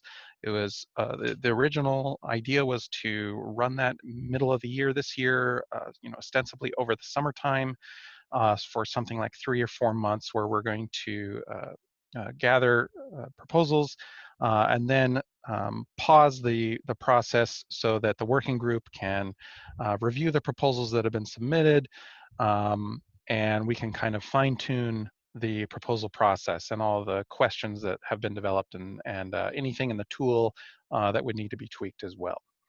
Once we've ironed out those wrinkles, then the idea was that come sometime early 2021, we would transition to the maintenance proposal process. And this would just be a rolling submission process with an indefinite end date until ostensibly the next update to the territorial sea plan some decades away. And this would be just rolling submissions that will come in and go under for review. In this way, it allows the strategy to be adaptable to changing conditions in the future. So this is how each of those two processes were slated to proceed, and this is pulled from the Rocky Habitat Management Strategy. So the initial proposal process you see there on the top has an extra step, but the basic steps here was that folks would build a proposal in the Rocky Habitat web mapping tool. That would come across agency desks, so the Oregon Coastal Management Program, folks like myself and Andy Lanier. We'd give it a feasibility and completeness analysis before passing that on to the Rocky Habitat Working Group for them to review and build a recommendation to submit to OPAC. And after which OPAC will review it and develop their recommendation to be submitted to the Land Conservation and Development commission for possible adoption. The maintenance proposal process is a similar process with the fact that the Rocky Habitat Working Group at that point will have not be active, but we do maintain the option to form a working group depending on the load of proposals that are coming in at any given point. So, you know, the initial proposal process is slated to begin pending approval of the Rocky Habitat Management Strategy this year. And then the maintenance proposal process, again, slated to begin in 2021, but now we're up against potentially altering those timelines, which is something we'll discuss at the end of the presentation here. But before we get to that, I just wanted to discuss and demonstrate the Rocky Habitat web mapping tool that we've developed here. So this is going to be a live demonstration. I'm going to try to get through that as quickly as I can with respect for our time. So just take 2 or 3 minutes here to do that. So I am going to switch my screen momentarily to the tool in order to do that. So bear with me one moment here.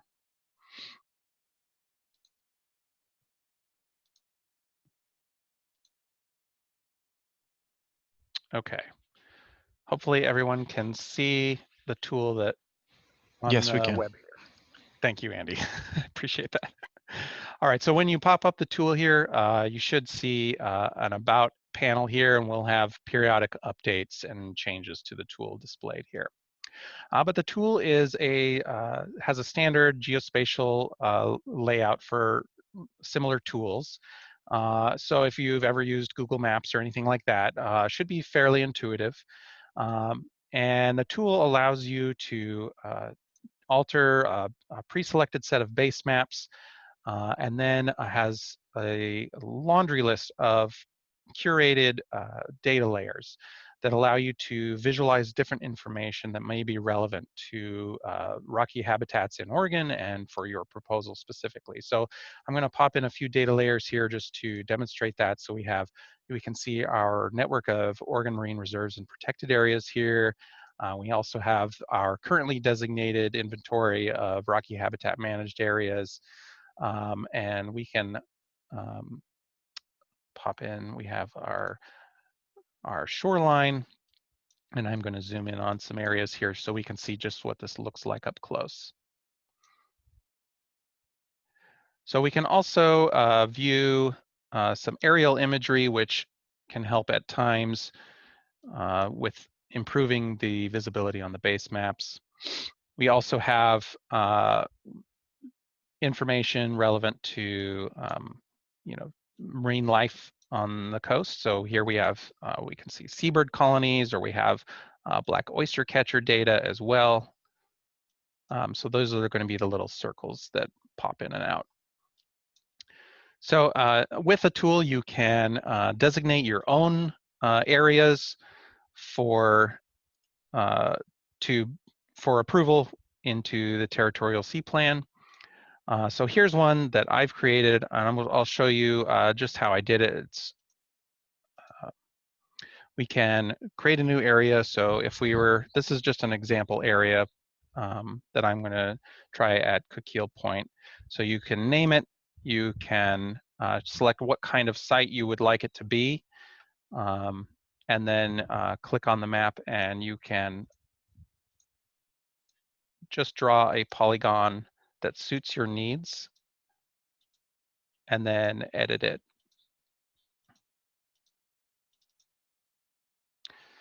So that was a pretty rough polygon, but once it does that, it'll automatically clip it to this high water shoreline, which is the blue line there.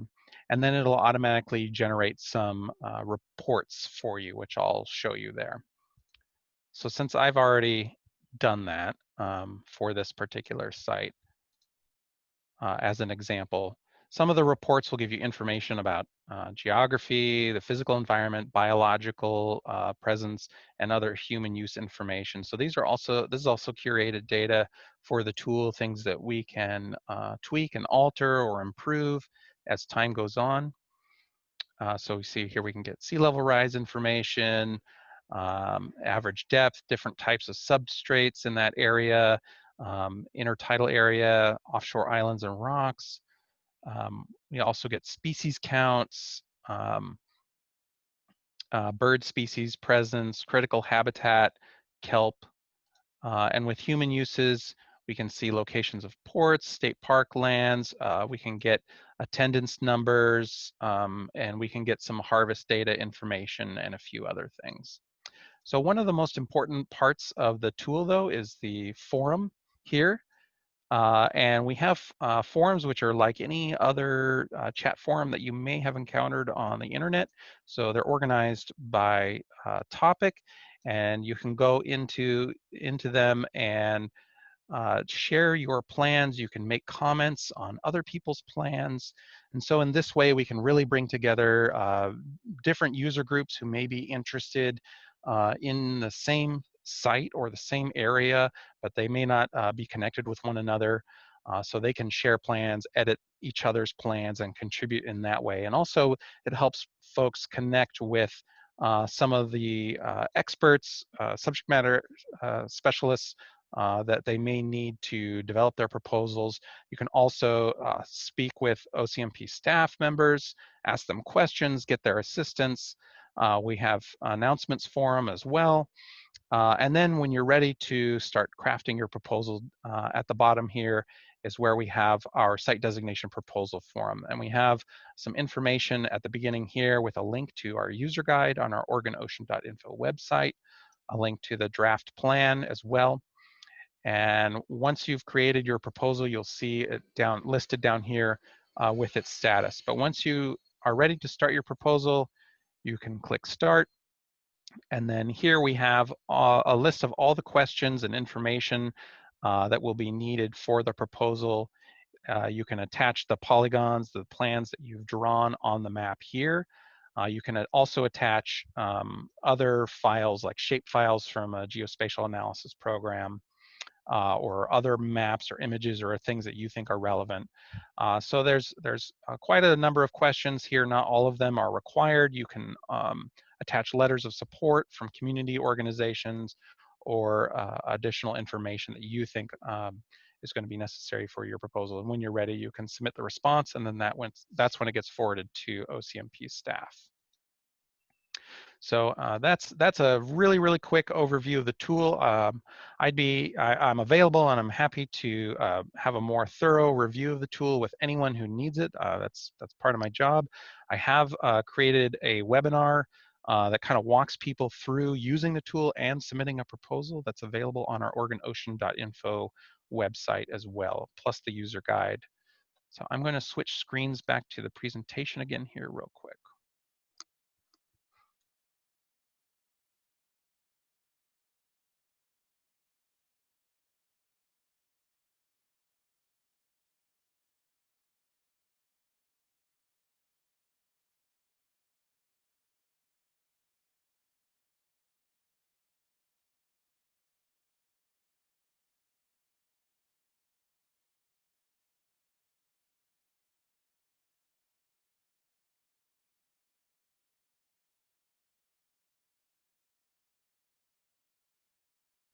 Andy, it doesn't seem to be allowing me to share now.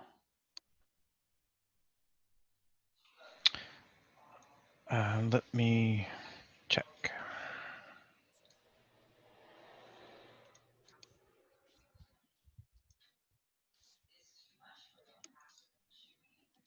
All right, try now.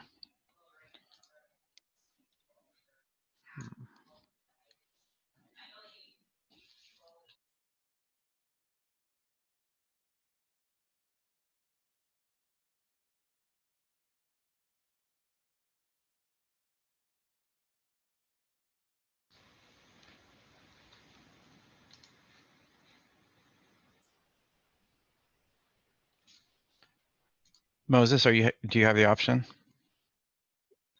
There you go. Yeah, can you see it now? Yep. Okay, apologies for that. First time doing this for OPAC. Okay, moving on. All right, so Back in February, we conducted an outreach, a 30-day public comment period. So this was following some other outreach that was done prior to me coming on board. So there was some that was done since the October OPAC briefing, such as the State of the Coast Conference, Coastal Planners meeting, an LCDC meeting, some Audubon gatherings, and a couple others that I wasn't privy to. But since I've come on, we conducted a 30-day public comment period on the draft strategy from February 1st to March 1st. And so there you see on the table, these were the different meetings that were held around the state. So Portland, Newport, Cannon Beach, Coos Bay. I did one for Pisco and Corvallis, and then we held 2 webinars. The first one is recorded and available online, like I mentioned. And other outreach was scheduled for April and through May. And unfortunately, due to the current pandemic conditions, those have all been canceled or indefinitely rescheduled. So those included the Sharing the Coast Conference, in talks with the Shoreline Education Awareness Group, Lincoln County Audubon, Surfrider as well, and a couple others. So we're hoping to reschedule those or conduct those via webinar at some point. And as well, I'll be continually available through the initial proposal process to assist members of the public with crafting and submitting these proposals. I did want to put in a plug for some of the outreach materials that DLCD and Moses has developed for the tool. Both the user guide, as Deanna mentioned in the comments there, and some of the webinar resources are quite helpful, I think. But don't be afraid to pick up the phone too. Absolutely. I'm available via phone and email or Zoom anytime anyone needs any assistance with any of this throughout the entire process. So just a quick summary of the public comments we have received. So we received quite a number of public comments during our 30-day public comment period, and then we received another large batch of comments in the lead up to the recent working group meeting a couple of weeks ago. So in total, we received 121 individual emailed comments. So 46 of those during the 30-day public comment period. This represents 129 individuals, 23 organizations. You can kind of see the breakdown there on the pie chart, although about a quarter of them, I wasn't sure where they were coming from. It seemed like a lot of them were supporting the main organizations who were engaged in this process, however. But we did get responses from all over the state and even a couple from out of state. Broadly though, if I had to boil it down, the topics really focused on a lot of what you heard echoed in the public comment earlier today, that they focused on the site management designation process, including which sites were and were not being implemented, some of the policy language and how folks felt about where it was landing, linkages in the text to other state level planning and policy documents, and then just how we're defining and using certain terms throughout the strategy. So that's kind of the broad overview of where the topics were coming from. But I would say that having gone through all of these comments very thoroughly myself, overall the public seems very supportive of the plan and the process and where we've landed with this. So that was really encouraging to see. And so now we're going to get into some key public comments, and I'm going to turn it back over to Charlie momentarily for this portion. Sure. And so we just have one slide here, and I wanted to spend just a couple of minutes talking to OPAC and also giving credence to some of the public comment that I anticipated to hear based on what we heard from our public comment period today, and sort of speak to those interests. One, not that these are the only key comments or the only public comments that we got. Categorically, we got a lot of public comment, and a lot of it actually was addressed. Some I think we'll be considering today, like the extension of the timeline. But these are two issues that I don't think are going to go away necessarily. One within this process, and the other, it may lead to some other processes. And so I just wanted to take a couple of minutes here, or a minute to talk about this. And to sort of explain where we got to. So you heard from the public in a number that these sites from 1994 that were never implemented, but were designated and in the plan, didn't move forward, and for some good reasons from the working group. And the working group's really sympathetic, and I think that understanding of the public comment that we've heard around this. Clearly, the discussion's not over, in that I think the public's heard that the working group doesn't have the capacity to do an evaluation of those sites.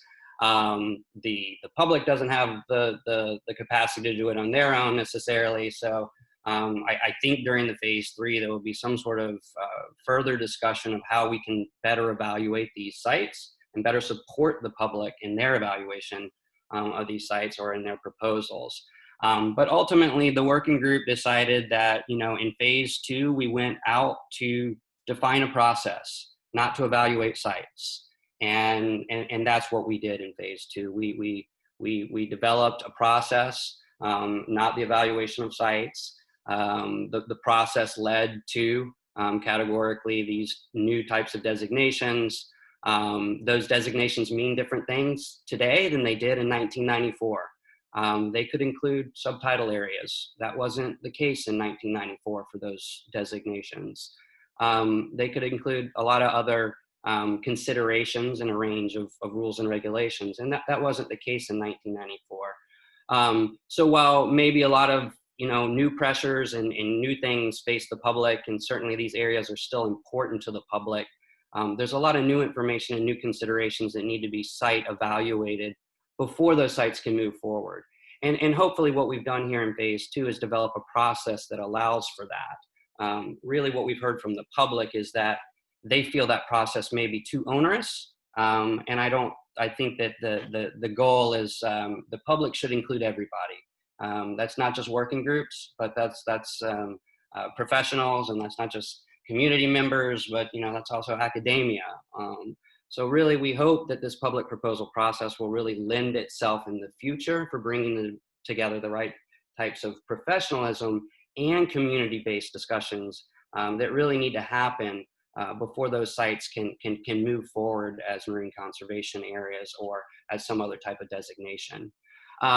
So that's really, I think you could read, I encourage you to read what we put together in the recommendation document that goes into a little bit more detail about that. But certainly I think that throughout phase 3, the working group is going to be asked to evaluate these areas, whether that comes in through a public proposal or whether or not that's a continued advocacy for us providing the forum for that to happen, which is what we've heard a lot in public testimony today. So I just wanted to let you know, this is like where we landed. Is recommending the designations as we've outlined in Appendix F, and utilizing the public proposal process. But I just want to give you a little more context and let you know that there was a lot of deep discussion within the working group, really over the course of a year, about this, and not just at the end of the process when we received public comment. Secondly, the aquatic vegetation policies and definitions. This was something brand new for the state of Oregon. And I think that we kind of opened a can of worms in a lot of ways. We thought we could be swift and create a nice, clean, enforceable policy. When I started doing research, and the other working group members really looked at what a submerged aquatic vegetation policies look like, they look more like plans in other states. And the interests began to span broader than the territorial sea with submerged aquatic vegetation. They went into estuaries, and so I think that there's a lot of other considerations, and OPAC or another working group may want to consider further analyzing and considering how we can bolster our submerged aquatic vegetation policy with a plan that complements that, or a management strategy. And I think that there's a lot to be discussed there between agencies. But ultimately, the policy Q&R that you guys saw before is what we landed on. That's the working group's recommendation. And that did accept some of the terminology that we heard from the public comment. The key piece there, I think that there was a lot of discussion over, was the word significant. And I'm not going to get into that word and the loaded level of what that word can and can't mean. If we want to talk about that, we can. But that was really where we heard a lot of the public comment was around adverse effects and significant, and really what are those definitions and what do those things mean? Because that's important when you're approving projects or when you're considering things that may impact the rocky shoreline or submerged aquatic vegetation. So that's all. I'm not going to go into any more detail, but I'm very considerate of the public comment that we've received. We've received an overwhelming amount of it. But I'm also very respectful and appreciative and defend the working group process that we went through and where we landed, and I'll support the working group's recommendation. Ultimately, I wanted to make sure that all pieces of this were heard, so that the public feels like that they've been heard and this has been well vetted and their interest has been carried to OPAC. But also ultimately, you guys hear what the working group considered that went into that recommendation from the working group. All right, thank you, Charlie. And last but not least, we just wanted to touch on the interaction that we had with the CT CLUSI. So just this is going to be a very, very high-level brief overview of the interaction. If you want more detail, please read more in the working group recommendation, as well as the CT CLUSI letter and the working group's response to them. But just a quick background. Communication was initiated back in 2018, I believe, so before I started, with the coastal tribes, including CT CLUSI. And then I don't believe much has occurred in the intervening time until we received a letter during or just following our public comment period from CT CLUSI. In which they addressed quite a number of concerns with the Rocky Habitat Working Group. So the concerns they outlined in their letter, the different sections they titled there you see on the left is regarding consultation, site designations, cultural significance, education, public awareness, tribal authorities, and then a specific instance regarding Gregory Point, also known as Balditch. So their concerns were varied and many, and unfortunately not all of their concerns lend themselves to being addressed at the level of the Rocky Habitat Working Group. So the working group has provided a response letter to CT CLUSI. We look forward to continuing our interaction with them and getting their involvement in the ongoing process through phase 3 as well. We've kind of tried to categorize the different responses that we can provide to their concerns. And those essentially break down into one, many of their concerns that are beyond the working group's purview. We can forward those concerns to the appropriate entities, which includes OPAC as well as the Governor's Natural Resource Office, and we've done so. We did respond to CT CLUSI in the manner we felt appropriate. And then we can, for the concerns that the working group can address, then we look forward to working with the tribes on developing and reviewing specifically language in the draft strategy through phase 3, since the amendment process technically is not complete. So we have opportunity to do that throughout phase 3. And then one of the other big deliverables in phase 3 of the amendment process is going to be updating the Rocky Habitat Communication Strategy, which was also developed in the mid-90s along with the original Rocky Shore Strategy. So that's going to be undergoing an update through phase 3 here in mid-2020 all the way through 2021. And so that's a really great opportunity that we can engage coastal tribes in representing their concerns as outlined here. So this is how the working group is approaching the response to their letter, and we ask that OPAC give serious thought and consideration to their responses as well. So again, go ahead, Charlie. I would like to just pause here for a second, given some of the public comment that came in. One, I think there's an action that the working group or OPAC can take right now, which is we have an open seat on the working group for tribes, and Megan was kind enough to sit in that seat in the sort of the tail end of phase 2 here. But since we have a letter from CT Clusie right now with an interest in that process, and I certainly wouldn't want to waive their interest in separate consultation. But if they have, I would like it if we could nominate somebody from CT Clusie right now for that working group seat as just a first step. And I don't know if we want to do that. I think that's something that OPAC would do right now. Correct, Andy? I will defer to Walter. I feel like we've appointed working group members in the past, and so just appointing, at least CT Clusie. We had Margaret give public testimony. Maybe she would be the most appropriate individual to ask who would be, the best representative on the working group. Moses, you might have an idea about that, given your communication with tribes back and forth. Yeah, Margaret would be great. So, Andy, this is Walter. In the past, we asked for applications and then went through a process that way, correct? We have, yes. Is there a precedent for us just bilaterally nominating someone at a meeting for a working group? I believe that we have and that you can. I don't know that there was a specific request for an individual from CT Clusie, and if you'd like, I can allow Margaret to speak if that is something that they are interested in considering. Yeah, let her. Yeah, let's hear from Margaret. Margaret, you should be able to speak if you would like to. Hi, Andy and OPAC and the working group. I I am happy and available to participate in the working group.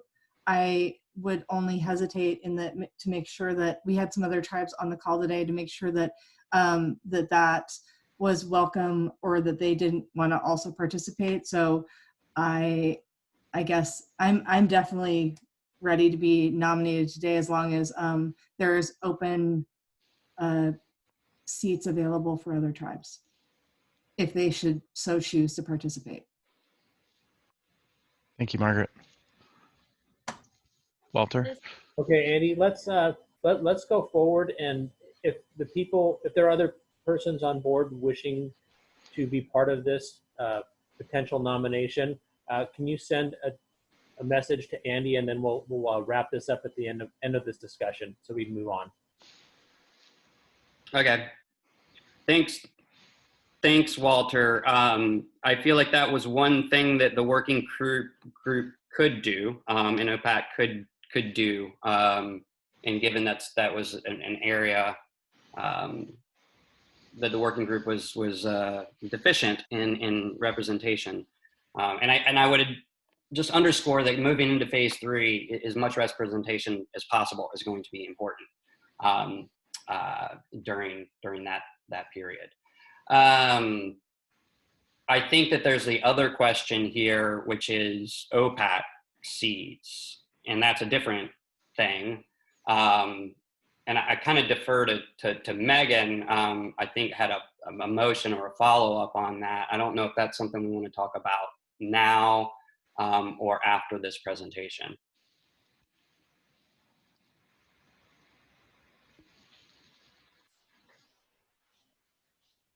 Megan, Yeah, I was waiting because you asked the question of whether it was appropriate to talk about now. Walter, if it's okay with you and everyone else, I can add my 2 cents, or I can wait. It's really up to the group. Oh, okay. Yeah. Let's hold on 1 second, Megan. So Charlie, did you want to finish up with everything and go to other items on your slides, or do you want to talk about this now? Oops, sorry, I was muted.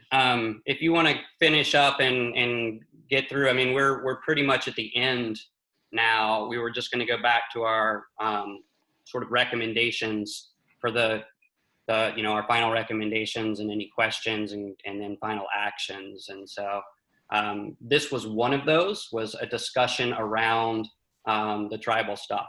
But if you'd rather kind of get the other things done first, we can come back to this. Yeah, let's do that, Charlie. And then that way we can get any responses from other tribal members that might want to be part of the working group.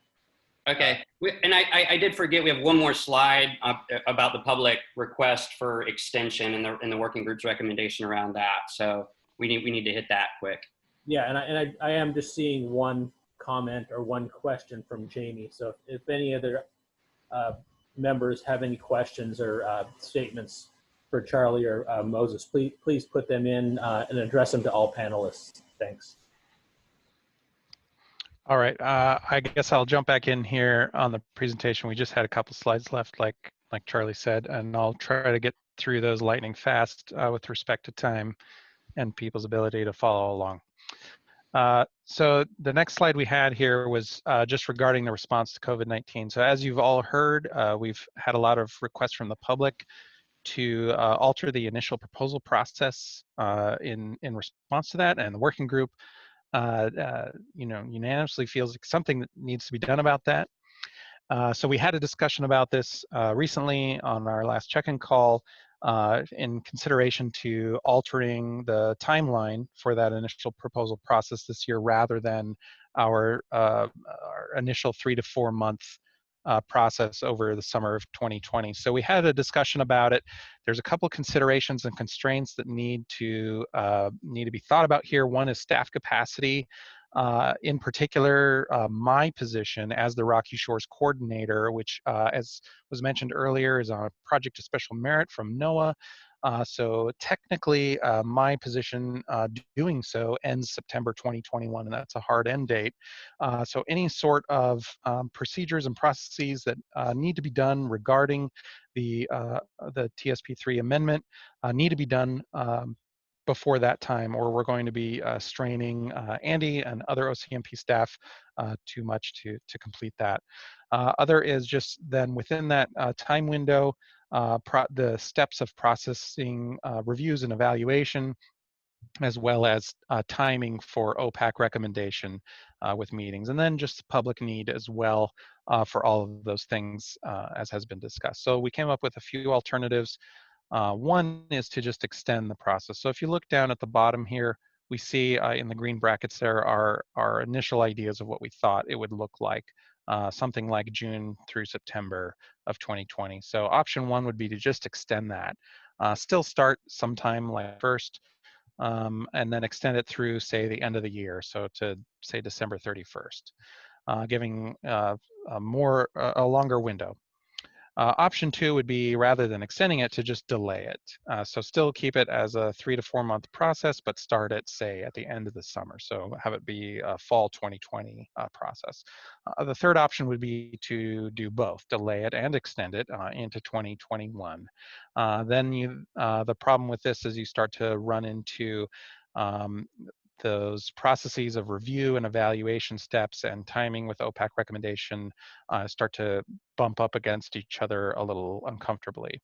So where the working group landed then was with option one, which was to extend it but not delay it. The rationale being that if we delay it, we're losing time that could otherwise be utilized, even if not perfectly, given restrictions related to the pandemic. So if we extend it to, say, the end of the year, that still leaves us the ability to for an additional extension into early 2021 if need be, and still leaves us a comfortable amount of room to begin reviewing and processing the proposals that we do receive during that time window.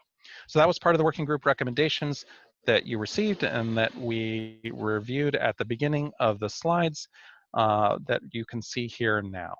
So this concludes kind of our presentation portion, and we're going to move into kind of a question and discussion.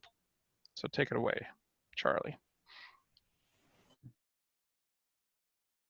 Okay, so I think we're open to questions and any discussion from OPAC members now about our process and where we've been. I think what's on the table right now is we'd like to honor the public's request in extending the timeline.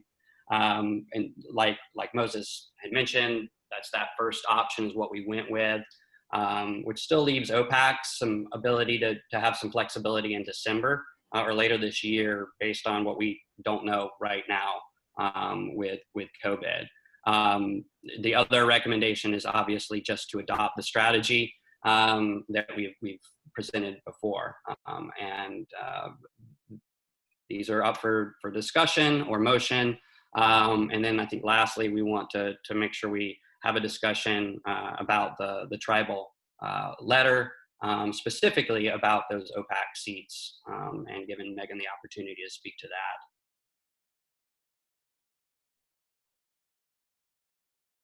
It looks like Gina has a question.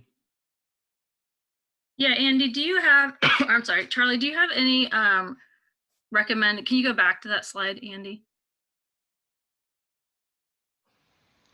Moses, yeah, there you go. Okay, great, thanks. Yeah, sorry.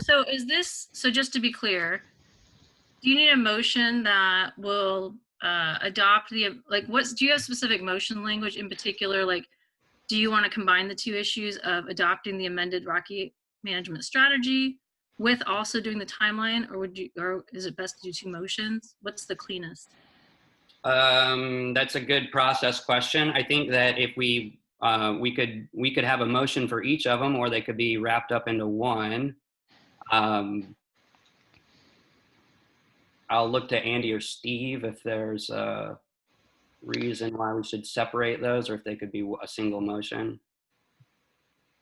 I don't see the need to separate them if there's consensus on them. Okay, well, when we're done with dialogue and questions, I'm happy to make a motion. And we did at least have some preliminary language that we can flash up, I think. Would you like me to do that, Andy?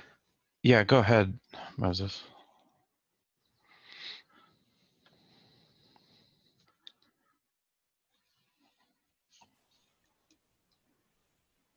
So the first two would be the motions. The third area there that we didn't develop a motion around, we have a discussion to have. It sounds like Megan has maybe something that she wants to share.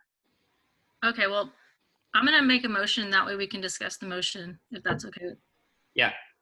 Okay, so I move to approve the changes and updates to the draft Rocky Habitat Management Strategy as provided on May 6th, 2020, and extend the initial process proposal for 6 to 8 months, starting in June 2020. All right, we have a motion by Gina. Do we have a second? I'll second it. Jamie. Okay, second by Jamie. Okay, let's have some discussion on this item. Any discussion? A lack of discussion means that the working group did a perfect job, sounds like. Chair, this is Dave Yamamoto. I just want to be clear on the changes and updates that we're talking about for approval that were provided today. Sure, we can go back to slide number 8 is probably the best summary. I think it might be slide number 9 now, Moses. The draft strategy slide, it kind of has an overview. So those submerged aquatic vegetation policies, those were the notable updates within the strategy. The proposal process, that's been out there all along. I think the discussion today was about extending that, so that's why there's a little bit of consideration around that. The proposal questions themselves, so we built all the questions that goes with the proposal form. And then the addition of Appendix F. And Appendix F is sort of a crosswalk of what happened categorically to all of the previous designations under the new designation categories. So those are the notable changes to the strategy that have happened. And Charlie, I appreciate that very much. I guess my question is on this Appendix F. I'm on Zoom and I can't seem to get my computer off of the Zoom meeting to look at Appendix F. Is it possible that we can put Appendix F up very quickly? David, I sent a link in the chat to the document that you can then use to find Appendix F. And I think if you hit the escape key, you can get out of Zoom. Andy, I can throw it up if need be on the screen. Moses, why don't you go ahead and do that?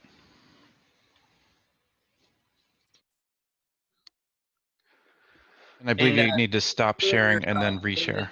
Appendix F was an addition that didn't change anything, but more explained decisions and the outcomes of those decisions that have been thought about and throughout the course of 2019 in phase 2. I guess the short of it is we had a complex set of designations of some implemented, some not implemented, some called habitat refuges, some never designated, some called marine shores. The public really needed to see under the new categories of research area, garden, conservation area, what happens to all these old sort of designation components. And so that's what you see, and it's a visualization of that. So again, I appreciate that very much. So I think what we're doing here is we're just making these available for further discussion. We're not automatically adding them, but this is going to explain why certain ones were not added initially back in 1994, and give us a chance to just look at each one individually. Am I correct there? Yeah, I mean, if I could use an example at the top here, I'll just take Tillamook Head as an example. Tillamook Head in 1994 had a habitat refuge designation. It was never implemented. So it was never implemented with those harvest restrictions that came with that recommendation. During our process throughout 2019, there were a number of these types of sites that were never implemented. They had some, but they were designated. And we categorically changed during phase 2 the designation type. So, habitat refuges, we're now calling marine conservation areas. So the public kind of needs to see what happened to Tillamook Head, that old habitat refuge designation, what happened to that? And that's where you heard a lot of public comment, David, is that some folks are really concerned about losing those areas, that now it's on them to reintroduce those. And that's where we heard a lot of public, some of that public comment around. This is more just a map to help them understand, and also so that those areas aren't lost for the public to revisit if they would like to revisit them. And so that would not only be for the public, but I think that would be for OPAC members also. It's happened back in 1994, or it didn't happen in 1994. I think we need to become very familiar with all of these potential areas that may be added. And I just need to make a comment here. One of my major concerns is that this does not turn into marine reserves 2. Just like forest products in the state of Oregon, we have a working forest in Oregon. We also have working oceans in Oregon. And I just think we all need to be open to that concept. Yeah, I think the working group is very cognizant of that comment and that concern, and I think that you'll find that actually was pretty conservative when advancing these areas. They're not moved forward. They're still out there for the public to consider.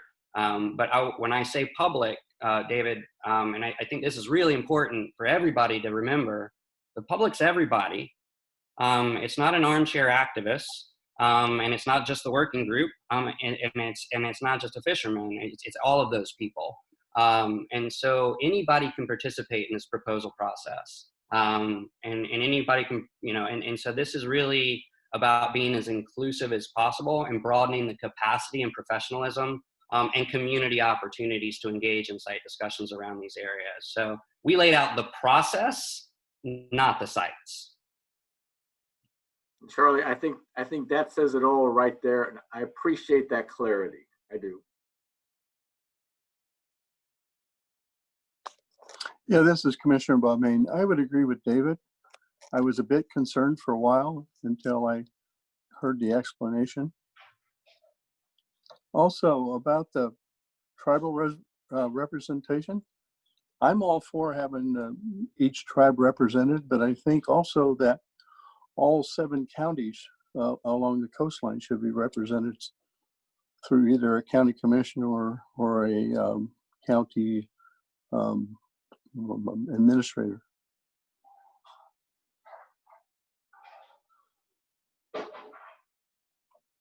Do folks have any more questions, or is there more discussion about part 3, where we're at in phase 2, and the motion I think that's on the table?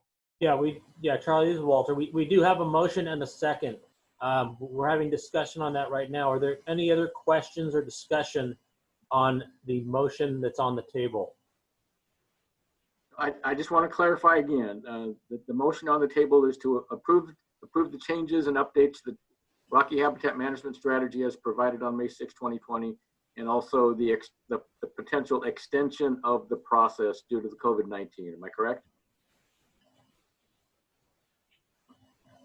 Yes. Yes. Okay, it's kind of hard to do this, but are there any more questions? Are there any more comments on the motion, the supported motion that's on the table?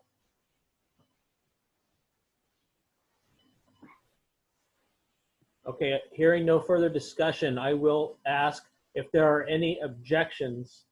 Please state your objections now, otherwise we will go forward with unanimous consent.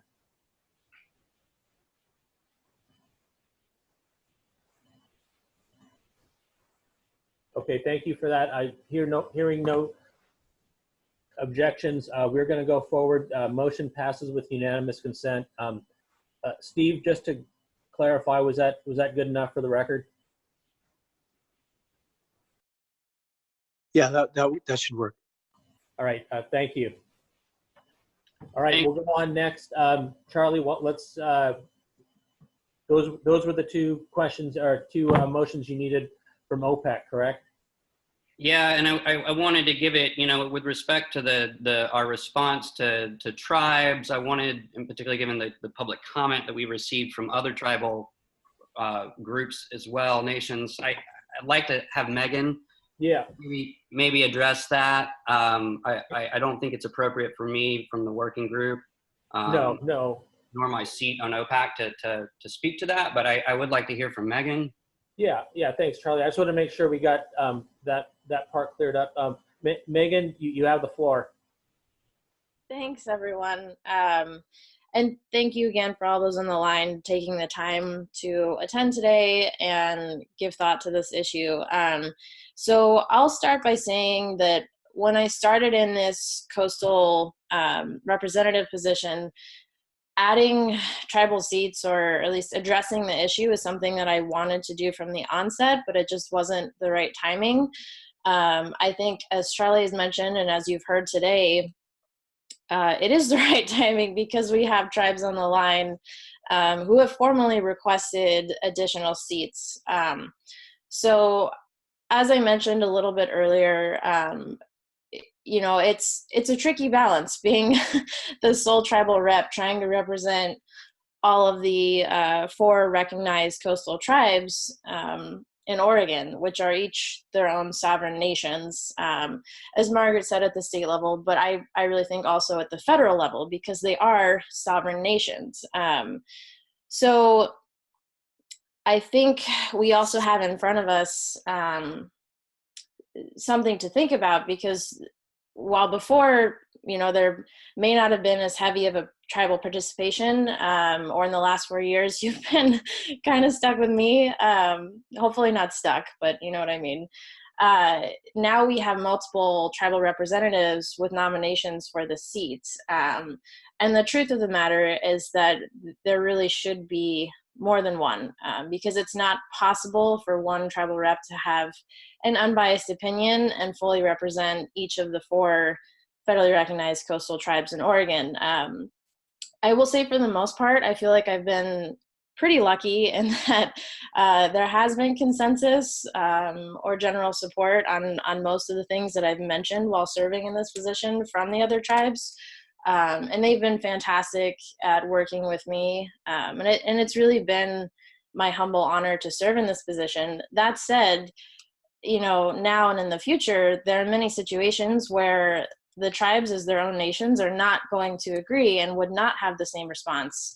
And with only one seat, I would not be able to appropriately represent each of the tribes, nor should I be.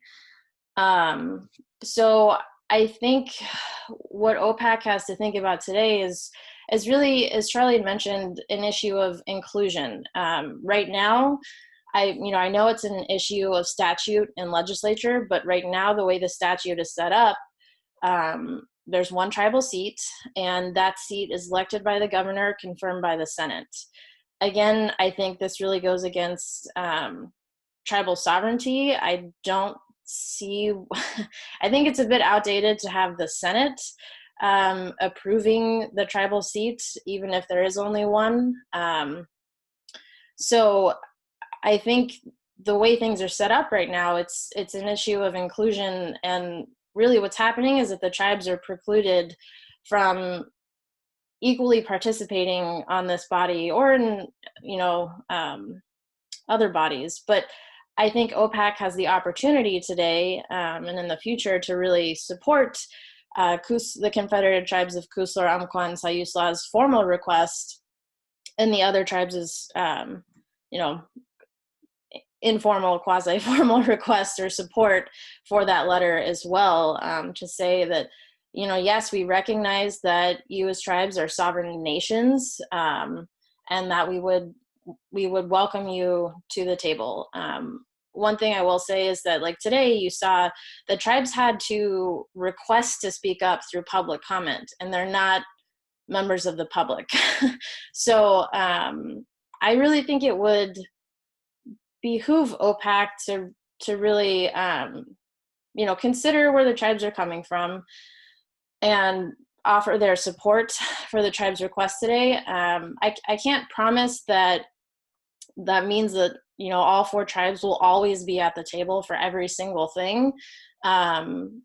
Because as Margaret mentioned, and as some of the other tribal reps have mentioned, there's a lot that they're balancing as individual nations. So they may not always be able to come to the table 100% of the time. That said, I don't think it's right to exclude them, which is the current situation. So I'm really curious to hear other people's thoughts on this. Thank you, Bob, for your comment earlier, and some of the other ones in support of the tribes and our sovereignty.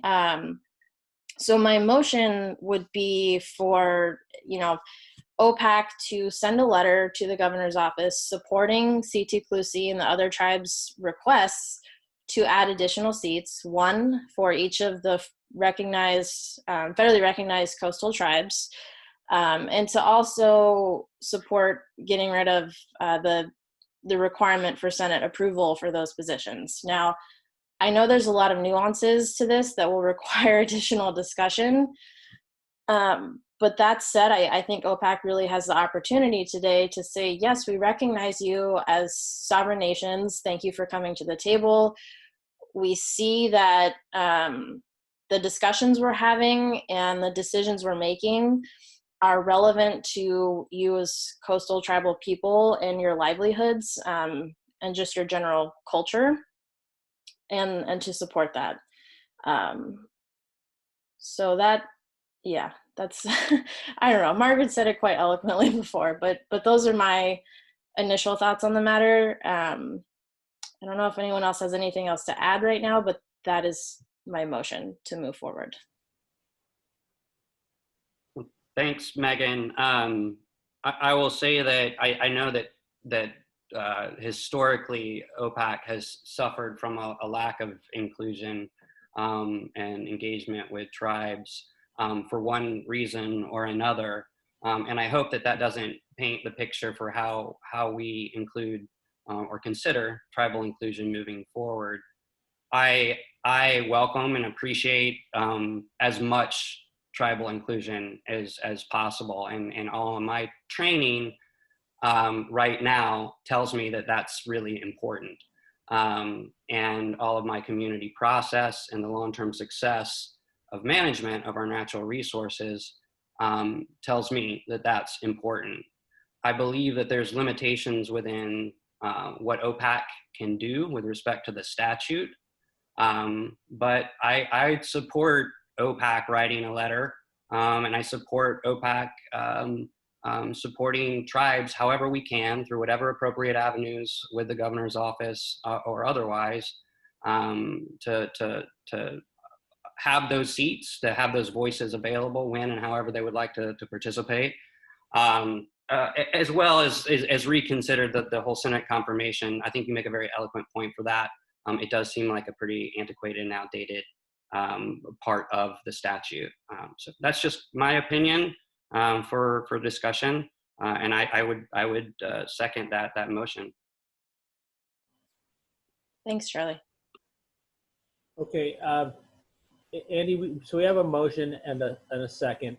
Can we, Megan or Andy, can we have a more formally stated motion about what is being asked of OPAC? Sure, I can restate it.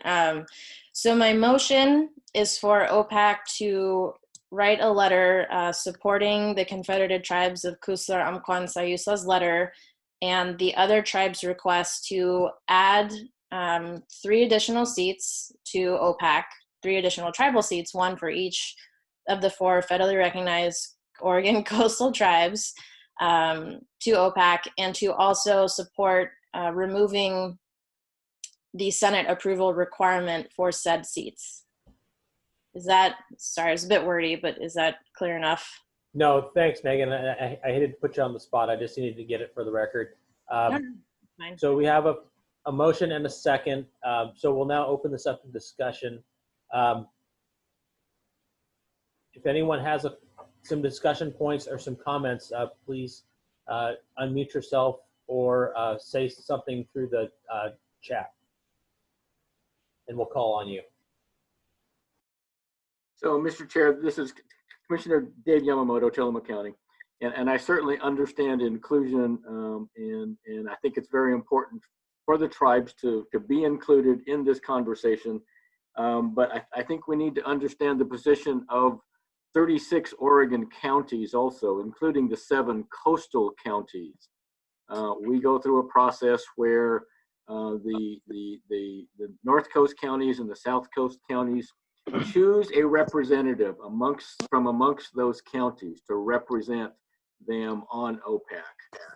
Thus, we have the 2 commissioner seats, North Coast and South Coast. It's very interesting when you talk about AOC, the Association of Oregon Counties.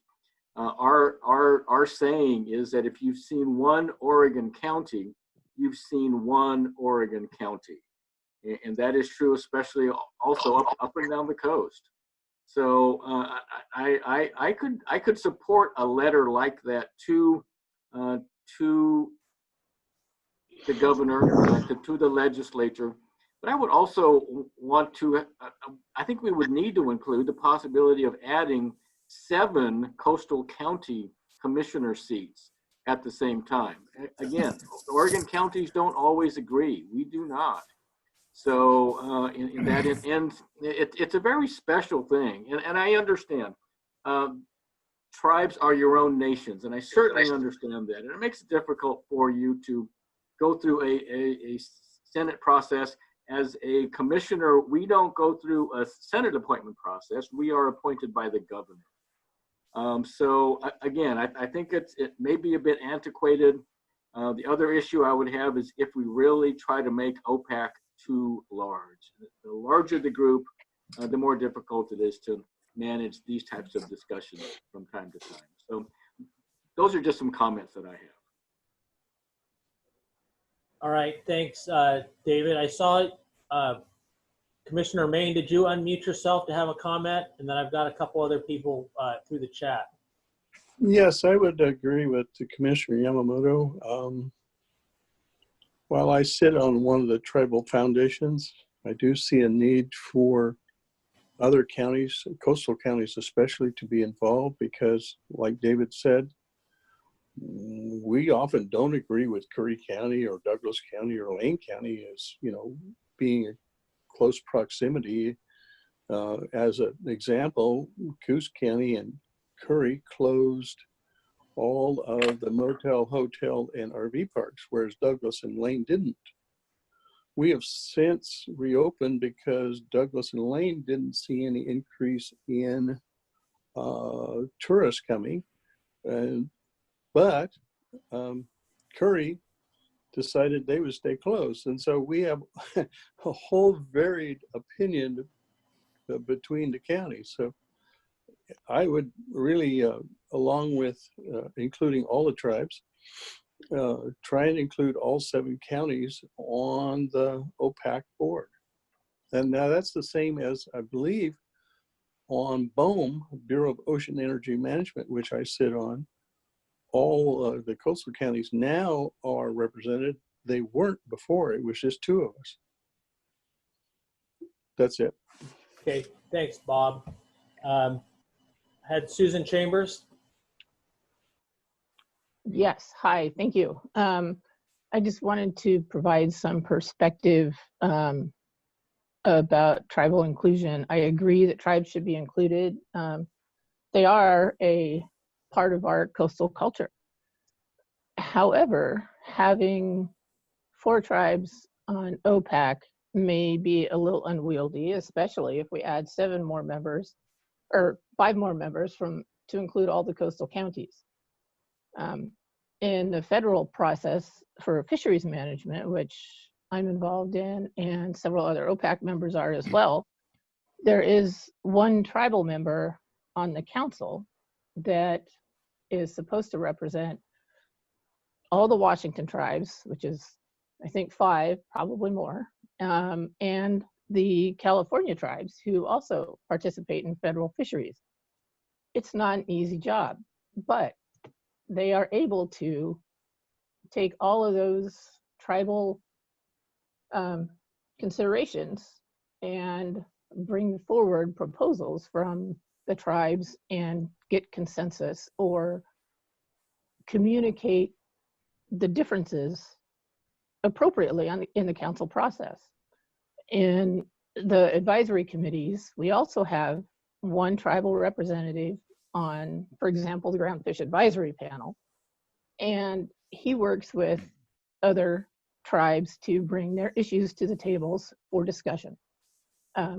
So I think it's entirely doable with 1 tribal member on OPAC.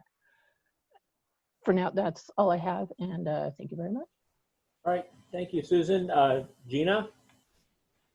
Yeah, this is Gina. I mean, I agree with Commissioner Yamamoto that the counties are not the same as sovereign nations and don't have the same standing. I think that, you know, one of the things that's unclear to me in this motion is whether the motion is requesting voting or non-voting seats. So that might be something that we could explore. I'm assuming that it's implicit that they're voting, but it's unclear. I also just want to say I do think that there's more, in general, there's room at the table, at the OPAC table, for more tribal nation participation and representation. We do have 4 fishing seats on OPAC. And so I think that exploring and supporting tribal participation makes sense so that we have, you know, lots of good voices that are representing the coast. Thank you. All right, thanks, Gina. And last we have John Holloway. Okay, thank you, Walter. As Susan has said, at the Federal Fishery Management Council, the one tribal representative represents 13 tribes, and a handful of which are federal treaty tribes. And they caucus as a group, and then they convey their message to the one tribal representative. And that seems to work fine. And they even have a organization that's intertribal, that's the Northwest Indian Fisheries Commission, for the purpose of the council and the state fishery management processes. And I also agree with the county commissioners that adding 3 more seats to OPAC will make it cumbersome. And yes, we have 4 fishing representatives on there, but we have numerous fishing sectors that are not individually represented on the OPAC. And so in the sense of keeping OPAC, as efficient as it is, I will not be able to support this motion. Thank you. All right, thank you, John. And then we had Charlie.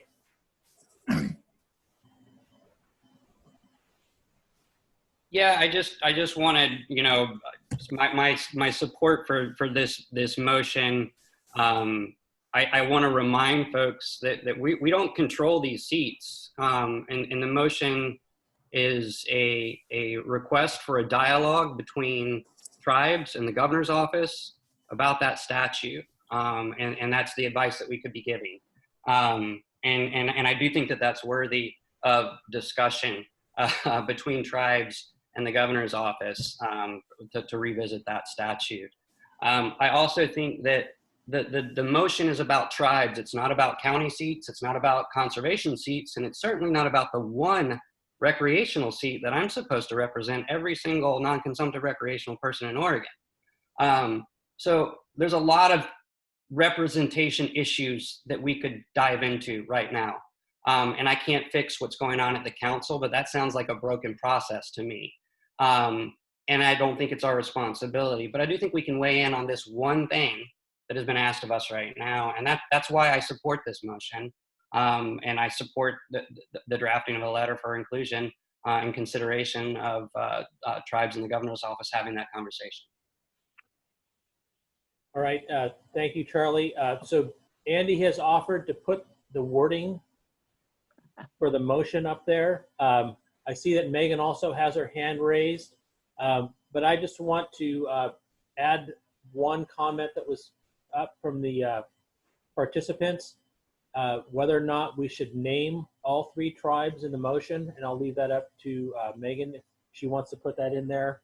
And just reiterate kind of what Charlie just said, that there were some discussions on membership to other sectors on OPAC and increasing the representation of those seats, but right now we are only talking about the tribal representation on OPAC. So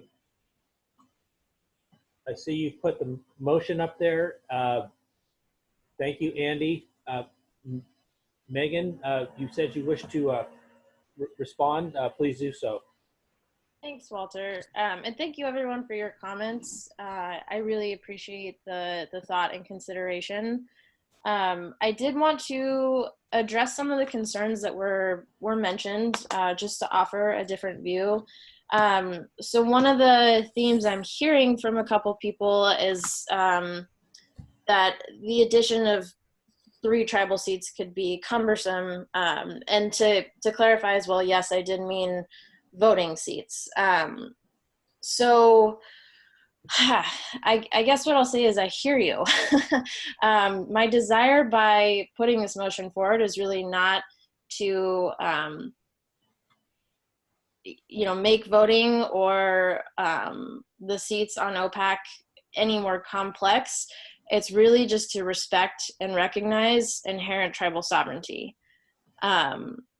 That said, I think some of the other folks mentioned, yes, there are 4 fishery seats. And I recognize that there's so many differences with the people who have a home along the Oregon coast or interact with it in any particular way. So yes, there are, many different types of, there could be many types of, fisheries representatives, recreation, etc. What I will say to that is that the tribes, again, are nations. they're governments. So in a way, and I'm sorry for those who've already heard this analogy, but you're going to hear it again. It would be like having a meeting of the United Nations and saying, well, sorry, Europe, you only get 1 representative. So, sorry, Spain, France, the UK, etc. You're all going to have to come together and decide on one. And I do see that, some of the folks said with like the Fishery Management Council or some of the other groups, yes, there's 1 tribal rep. And when I mentioned the difficulty of trying to represent multiple tribes, it wasn't so much to complain as it was to clarify that the tribes are their own nations and 1 rep cannot possibly, in due diligence, represent all of those nations. So yes, it can be done in the sense that, sure, all of the tribes can go to 1 rep and say, well, here's my opinion, here's ours, etc., and that 1 person can convey it. But at the end of the day, there's 1 vote, and that vote is not going to be representative of the nations of tribes that are in Oregon. That said, from the flip side, no, it's not an easy job. Yes, it can be done, but it doesn't mean that it has to be. I think the way the statute was written originally is outdated. So that's what I'm saying today, is that we have an opportunity to give respect to that inherent tribal sovereignty, and that's really what I'm asking. Some of the other things that were mentioned, let's see. Actually, no, I think that covers most of it. So I guess what I'm saying is, I hear that there's the possibility for additional representation from many different sectors, but again, I'm not so much asking for the other sectors as I am of the recognition of tribal sovereignty. And at the end of the day, being sovereigns, they can go above this council directly to the governor's office anyhow and basically say what they want. So I think it really speaks to the tribes, that the fact that they've even come to the working group and the council and just said, like, hey, we could go above you, but we'd really like to start working with you. And so to me, it would seem more efficient to just say, okay, yes, we recognize that here, there's 4 equal seats. And so to name the tribes, I'm talking about the Confederated Tribes of Grand Ronde, which is my tribe, the Confederated Tribes of Siletz, the Confederated Tribes of Kuslar, Amquan, Sayusla, and the Coquille Indian tribe. Those are the 4 federally recognized Oregon tribes. So, I think it would be a different situation if we were in, say, like California or Washington, where there are, 50 or 100 plus tribes, but there's not here. There's 4. So really, all I'm asking for is the recognition of 4 inherent sovereignties, which, while adding, seats, I don't feel that it really makes it that much more complex, considering the number of seats that, like we have for fishing or other coastal entities. So that's really all I have to say in response to some of the comments. But again, just, thank you for thinking about this. As someone who's been attempting to represent tribes for some years now, I really do appreciate the consideration.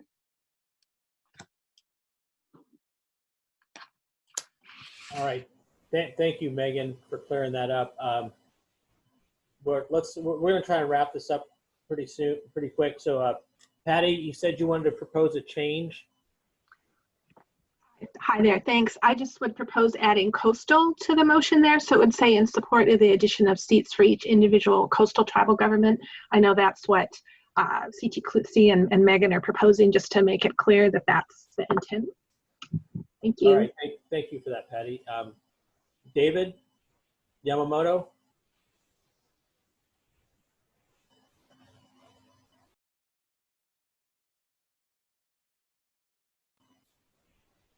David Yamamoto, you had a friendly amendment to propose? Me? Can you hear me? There you are. Sorry, I don't know what was going on there. So I'm just asking Megan if she would consider a friendly amendment to your motion, adding county commission seats at the same time.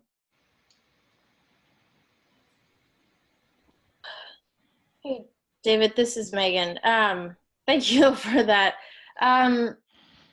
I would like to say yes, but at this time, I'm trying to respond to the Confederated Tribes of Kuslar, Amukwa, and Sayusla's direct letter to the working group and OPAC and DLCD. Really, I think the danger in broadening the motion is that it opens it up for even more discussion. And as much as I would like to support that, I'm really trying to just focus in on that tribal sovereignty issue at the moment. Right. Thank you. David, was that, Gina, David, was that sufficient for your response? Yeah, that was a no. So yes, it is. Yeah. Thank you. Okay. Gina, go ahead and let's try and get this wrapped up. Thanks. Yeah, sorry. Gina? Megan, I just want to ask whether you would like to have a separate motion or include in this motion the concept that the Senate confirmation would be removed. Thanks. I don't see a reason to separate it necessarily. If you see one or if others do, please say so. But my intent was for them to go together. Okay, so when this is written up here, maybe the word should be "and." Or I get it now. I missed the second part of the sentence. I apologize. All right. Thank you for noticing and trying to clarify, though. Thanks, Gina. So before we go for the roll call, Steve Shipsy, are we proceeding okay, just to make sure? Then we'll go to the roll call. This is Steve. Yeah, we have a motion and a second, and the friendly amendment was rejected. So it's the motion that you have up there that the roll call vote will be voting on. Okay, thank you very much. So Andy, would you start the roll call? Thank you. Maybe Steve can do it and I'll record it. Okay, just make sure there are no more further comments. Okay, hearing none, go ahead, Steve, please do the roll call. Okay, Susan Chambers. Sorry, I dropped my microphone. No. Kevin Dunn.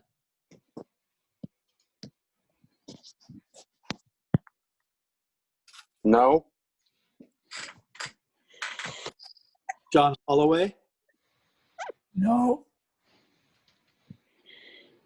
Richard Heap. No. Charlie Plyman. Yes. Tina Carter. Yes, that was not me speaking. Somebody spoke for me. Okay, I'm sorry. So Charlie, confirm you're a yes? Yes. Okay, Gina Carter. Yes. Megan Fleer. Yes. David Yamamoto. No. Bob Main. While I fully support the tribes and what they're interested in, as written, I can't approve the motion. Cannot. Lauren Goddard.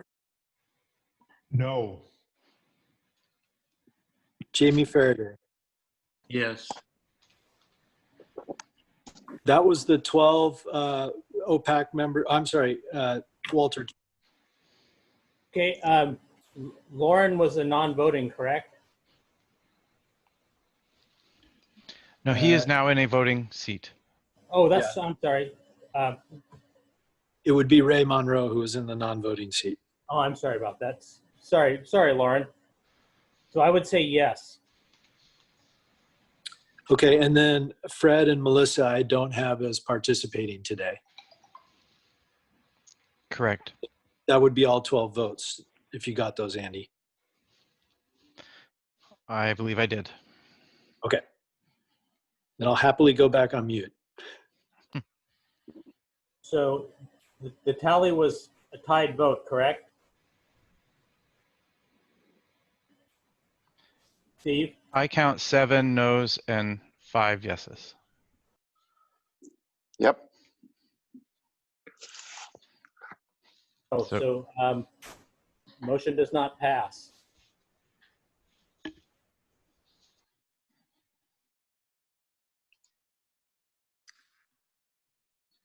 So, Hey, Walter. excuse me? Walter, this is Gina. Hi, Gina. Well, I guess one thing that I'd like to suggest is maybe could we, I mean, I feel very strongly about this issue, but in particular, we do have an open tribal seat right now. And so whether we add more or we don't, you know, a topic in front of us this moment is that we do have an open tribal seat. We do have applicants. And I don't think it's appropriate for the Senate to need to confirm that seat personally. So I wonder if we could potentially entertain the second portion of that motion if Megan feels that that's appropriate. I know Steve weighed in on members of the working group, but I don't know if, Steve, could you weigh in on whether or not we could do that with an OPAC seat? As I understood the comment, yeah, this is Steve, sorry. As I understood the comment, it would be to a motion to write a letter from OPAC to the governor's office requesting that the governor's office pursue elimination of the provision of statute that requires Senate confirmation for the tribal representative on OPAC. And I think you could make that separate and distinct from the recently combined motion. Okay, is that what you're getting at, Gina, making a new motion? Yeah, but only if Megan feels it's appropriate. Thank you. This is Megan. I would absolutely second that.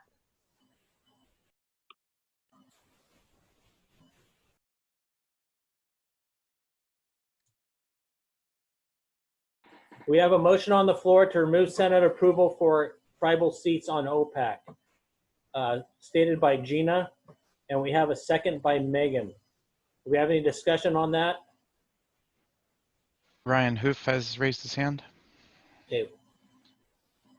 Ryan? Thanks, Andy. I had an additional comment that actually I'll reserve after the second motion, pending the outcome of that. Thanks. Okay, is there any discussion on the motion that's on the table right now of removing Senate confirmation for tribal representation for an OPAC seat? So yeah, this is Commissioner Yamamoto again, and I guess this question is for Steve Gypsy. Steve, who has the authority to remove the requirement of Senate confirmation for an OPAC position? Do you know that right off the top of your head? Yeah, it would require legislation, and my understanding is the request is to write a letter to the governor's office to have them pursue that statutory change. Hopefully it could just be a technical fix. I think it would just require a few word changes in the original statute. Okay, thanks for those comments, David. Bob Main, did you have a comment? Yes, for me, I had to go to each county on the South Coast representation to get their approval by their boards or commissions. And then I had to submit that to the governor's office. And then the governor's office submitted it to the Senate for confirmation, of which they asked me a series of questions and they finally approved me. So I like that because it takes away from our OPAC group voting on people who may have alliances with certain members of our committee. So I like it that it's removed from us for voting for somebody that we may want to promote. So I would still like to keep it as a process through the governor, through the Senate.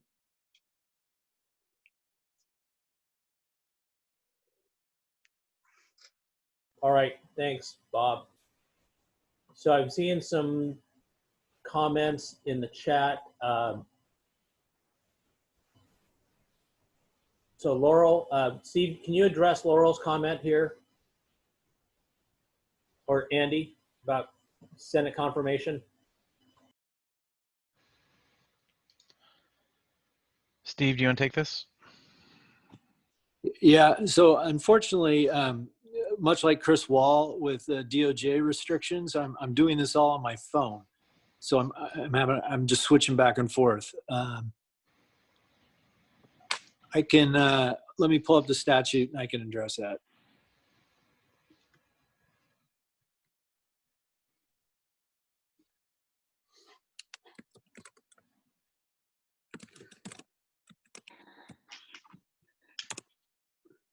Yeah, and Steve, I'm just going to add a little bit of complexity to that. Again, this is Commissioner Dave Yamamoto. I was not interviewed by the Senate. I didn't have to go through a Senate confirmation. Mine was simply a governor's appointment of me to OPAC. So that seems to be different than Commissioner Maine. To be clear, David, some seats are Senate confirmed and some are not. It's very common for OPAC members to not be involved in their Senate confirmation because it happens kind of during those interim legislative days in the Rules Committee, and it's just a big sweeping appointment. And so generally speaking, I don't believe that there's a lot of engagement between OPAC members and the Senate confirmed. But yeah, but Charlie, you're right. It is a mix between governor appointed directly positions and those that go to the Senate. And it has never been clear to me, David, why some of those are Senate confirmed and some of them are not Senate confirmed. For example, the public at large, I think, is not a Senate confirmed seat.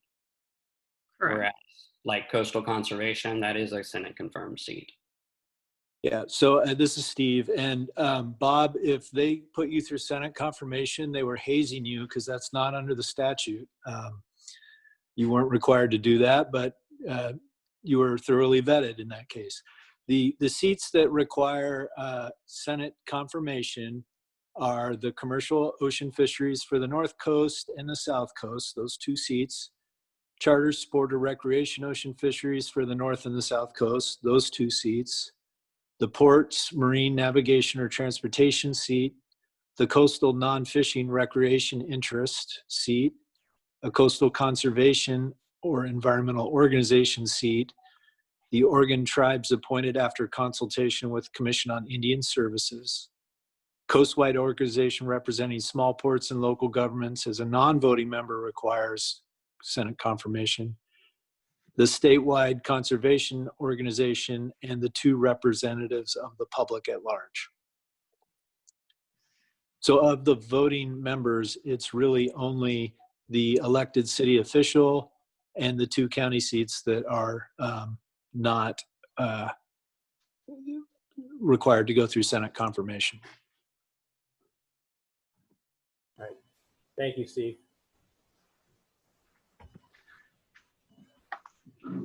All right, we do have a motion and we do have a second. Is there any further discussion, Patty? This is Gina. I have a point. So it seems to me, Steve, looking at this, that people that are kind of considered stakeholders, if you will, are going through Senate confirmation, but those that are elected officials or representing government are not. Is that the general summary? Yeah, that's a good way to shorthand it. Okay, well, to me, that provides even more clarity about why the tribe should not be receiving Senate confirmation, because they're clearly not stakeholders. And so to me, they fall into this category as government.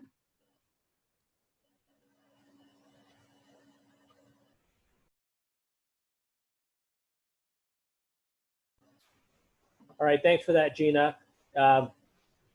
Let's go on.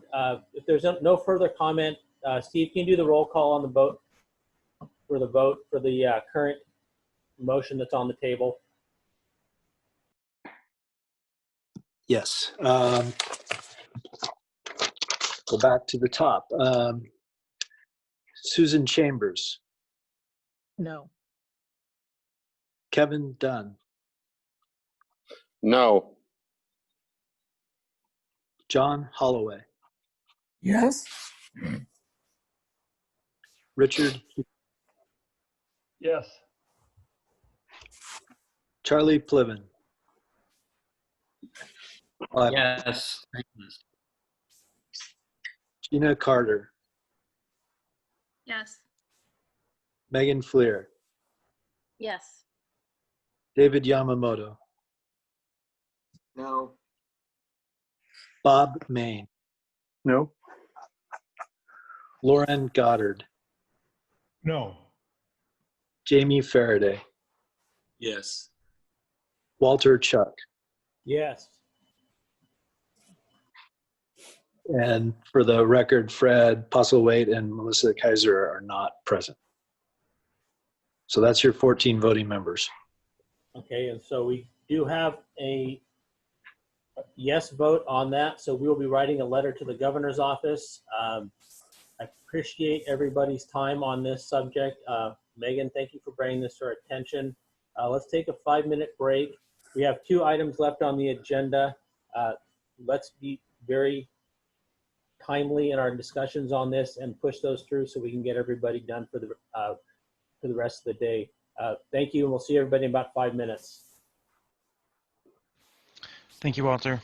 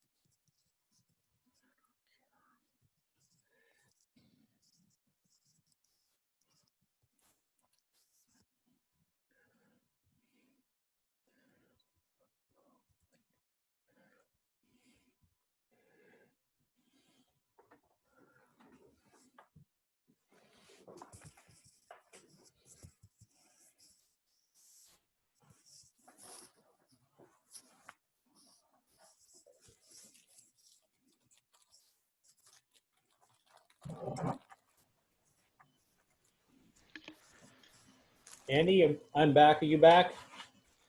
Yep. Scott, I'm going to stop sharing and allow you to share your screen.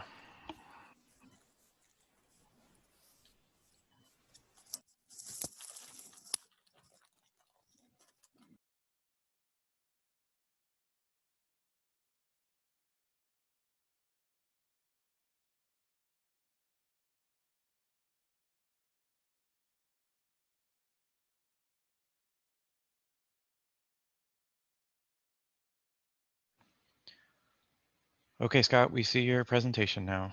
Walter, ready when you are. All right, welcome back, everybody. I'd like to welcome Scott McMullen, past OPAC chair and member of the Oregon Fishermen's Underground Cable Commission. Scott, take it away. Okay, thank you, Chair Chuck. The Oregon Fishermen's Cable Committee is making a request of OPAC. One of the prime duties of the council is to periodically review the territorial sea plan and make recommendations to the state agencies. So that's what we're asking of you today. We actually have a pretty small request.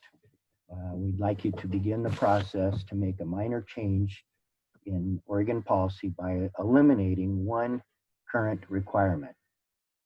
And we presented this to, we had meetings with both the Department of State Lands and Andy and Patty and others from the Land Conservation and Development Department. And they said, while you're looking at it, why don't you review the entire Territorial Sea Plan Part 4 and see if there's anything else that we ought to look at while, you know, if we take this up. And there is only a few minor changes, I'd say a handful. And truly it is, I think, 5 simple edits that we would propose.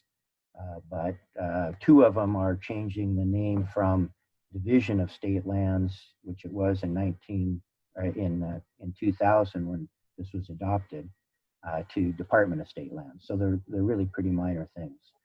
This is the meat of what we're asking for. Right now, TSP Part 4 says that cables shall be inspected periodically and after any major geologic event, such as a subduction zone earthquake, to ensure continued burial.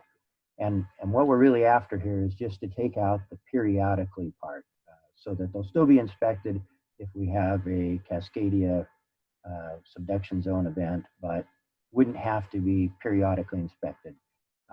In this case, periodically means after 5 years, or in some cases after 8 years. So the background is the OFCC in our first agreement, which we initiated in 1998 with the cable company. We required, because we didn't know, we were fishermen, we didn't know a lot about submarine cables, and we were concerned that a cable laid might become unburied and unsafe to fish over. And if we were going to sort of allow fishermen to fish over cables, we had to ensure that they were buried. So we had a clause in our agreement that said cables would be inspected every 5 years.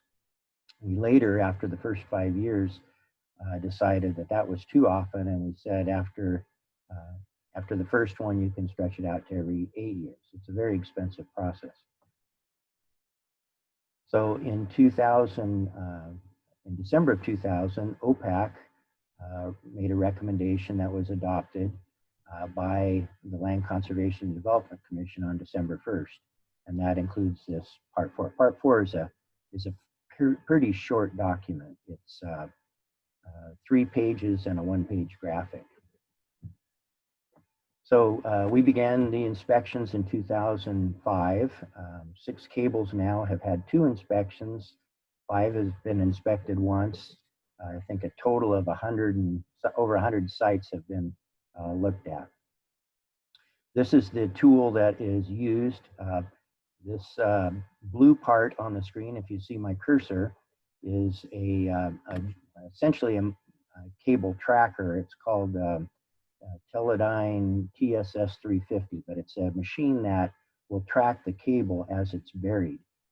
So this front part folds down horizontal, flat, and it goes as it flies or crawls over the cable, it will triangulate the depth of burial. Another shot, different machine, but same cable tracker on it. Here's the cable tracker in use with some underwater video from the ROV. As you can see, as in a lot of cases, the cable is buried. You can't tell where the cable is without a cable tracking machine. So it's a piece of equipment that's required to properly do a cable inspection. So like you say, most of the time you don't see any cable, or a lot of the time you don't see any cable. Sometimes you see an evidence of a trench. Here is one example of some unburied cable, just a little short section. We have a few, but not very many of those. Here's maybe another more typical example. There's a remnant of a trench. It started to fill in. Because it's a little trench on a flat C4, it kind of becomes sort of the gutter or curb. This is a pop can that got washed into it with a C-pin growing on it. But this, over time, the sediment fills back in, it fills up, and eventually you don't see much of a trench there on most cases. Over all of our inspections, we have found no evidence of buried cables becoming exposed.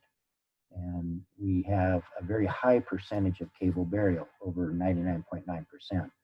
So we're really, the amount of energy and effort to inspect a cable is really for areas that really don't occur much. And the ones that do occur, we found didn't change. They didn't have any negative response. We found cases where an existing exposure became less exposed, but maybe it was 3 meters long, and the next time we inspected that site, the buried portion was down to 2.5 meters or something. But it really hasn't changed in a negative way.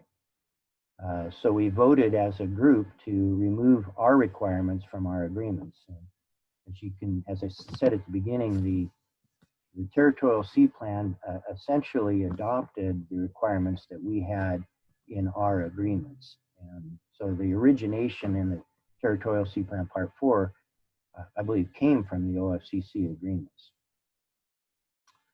This is the type of ship that is needed to conduct an inspection of this type. The ROV is on the portside bow up here in this depiction. Here's a picture of a ship off the Oregon coast. They're very expensive to operate, and that's I guess, one of our main reasons that we're after removing the requirement is here's a cost that's going to our cable owners that we don't find any justification. So yes, I think Andy in a discussion called it adaptive management. We're trying to respond to this high cost for the cable owners that land here. California had this same requirement. They actually had a more frequent inspection, and they've done away with it with their inspection requirements in California. So if we keep ours, that sort of puts Oregon at an economic disadvantage for cable owners. There are some social costs. We did an inspection of a cable that landed at Pacific City a few years ago. We had to ask the recreational crab fishing fleet there to move their pots so that we could get a ship in to do the inspection. So there's a short-term displacement of both recreational and commercial fishing activities when we conduct one of these inspections. This is, I think, maybe one of the big factors. The emissions from a ship are certainly a matter that is a big deal. 20 tons of fuel per day is what I kind of came up with, sort of an average. Every ship is a little different and depends on the weather and what they're doing. But just to kind of give an example, if a ship is burning 20 metric tons of fuel a day, that would result in about roughly 140,000 pounds of CO2 generated.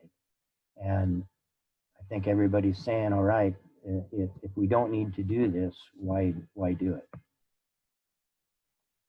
I asked Andy and Walter if they wanted me to kind of draft some potential motions, and they thought that might be helpful to speed things along. So these are free for you to edit and change however you wish, but just to have something for you to work from. And that's the end of my presentation. All right. Thank you, Scott, and it's nice to see you at the other end of the table. Are there any questions? Okay, I see Patty has a comment. If you have any comments to make up, please answer to the all panelists chat. Patty? Thank you. Thanks, Scott. First, I'm representing DLCD, the Coastal Program DLCD. Just want to say we certainly don't have a problem with the proposed amendment. However, two things. One, when we open part 4, I think there'll probably be some other public comment that will come in.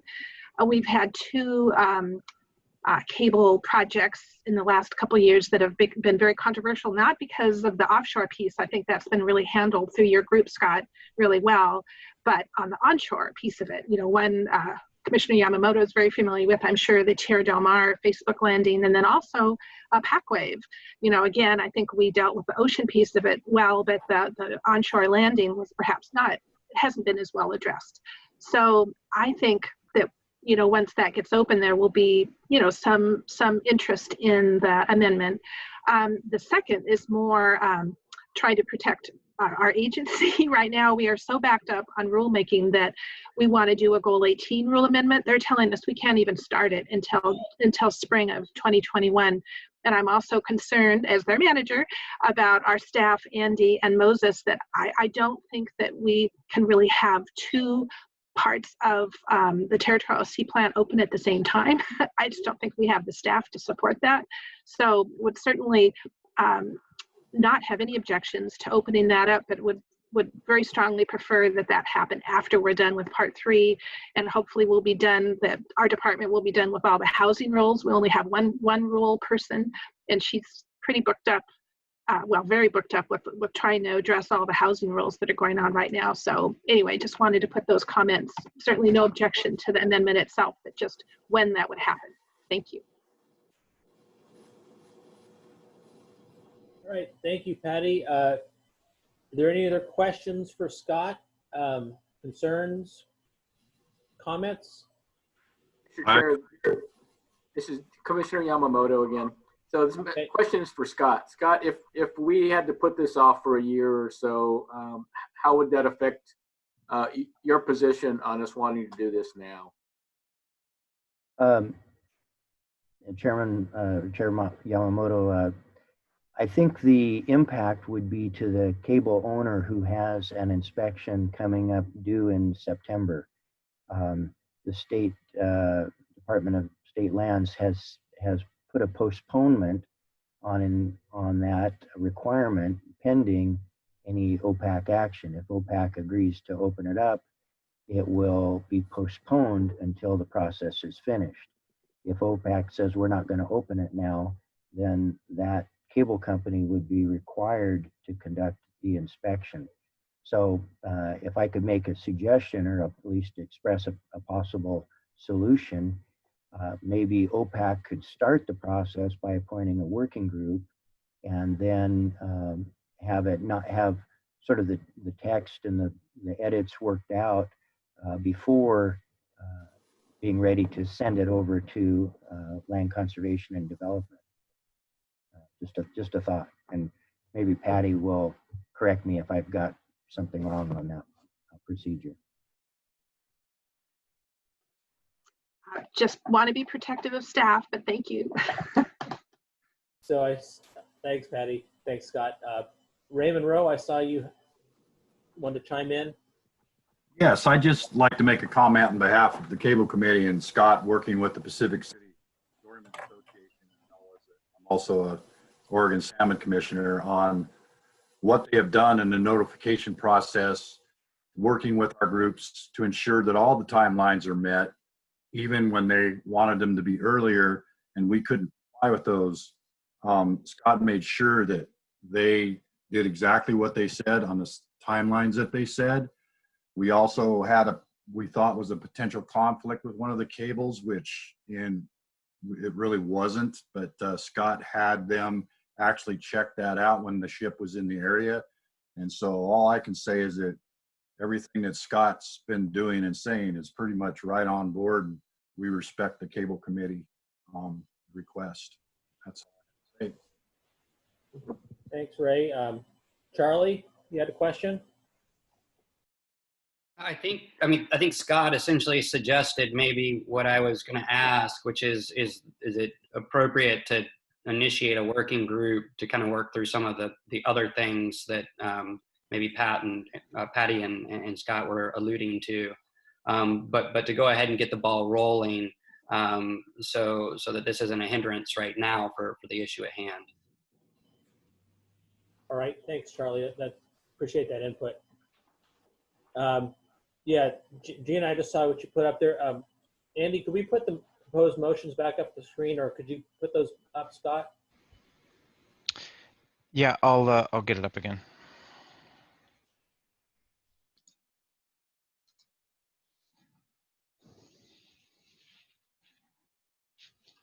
Oh, Scott beat me to it.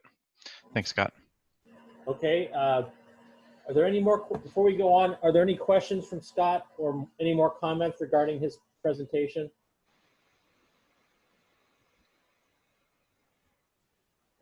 Okay, seeing none, I would entertain a motion for Scott, for the first possible motion. Is there a member willing to put that motion on the table?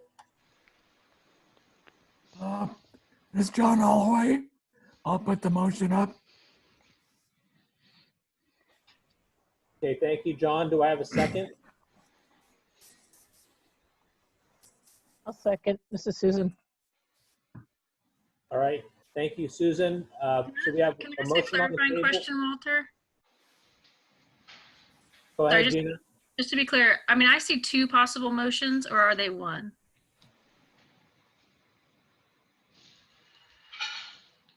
I guess I'm not really clear what John proposed. John, you want to go ahead and state your first motion? Well, I would like to include both of them in my motion. Okay, sorry about that. So, John, the two proposals up there, you're putting that under one motion, correct? Correct. Okay. And Susan, you seconded that? Yes. Okay, thank you. Charlie, I saw you chime in there. Did you have something to say? I don't know. I don't have anything to add here. I think that there's an action that needs to happen for the sake of a process underway.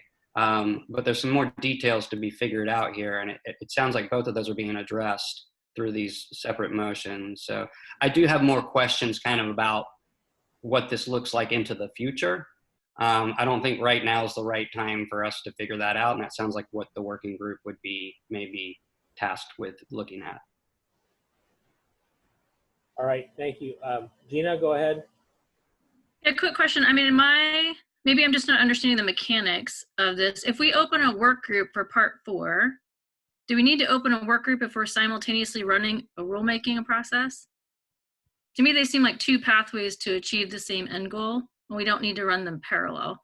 Maybe that's a question for Patty or.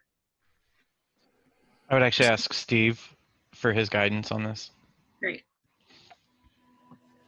You can go about it either way. I mean, the one request is to have LCDC initiate rulemaking, which that just is it's not a statutory requirement. It's a process whereby LCDC authorizes a rulemaking to commence, and it's more that they do that because they have a strategic plan set out every year that, or biannual that Patty was referring to that, sets their policy making agenda for that time period. As far as establishing a work group, the council has the ability to do that, and they can do that at this meeting. They can be complementary. It could be a very short, maybe one meeting work group with a proposed draft that then LCDC would be requested to take out for the rulemaking itself. Thank you for clarifying. Thanks. Thanks, Steve. Okay, Susan, do you have a question for Patty or Scott? Yes, and Steve just answered it, so I'm all good. Thank you. Okay, thanks. So we have a motion and a second on the table. Is there any further discussion or questions? Okay, hearing none, I will ask for unanimous consent. If there is anyone who does not support these motions, please speak up now.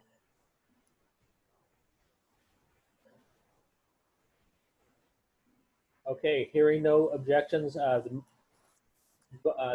motion is passed by unanimous consent. Thank you very much. So Andy, do we need to set up a working group now? Yes, Walter.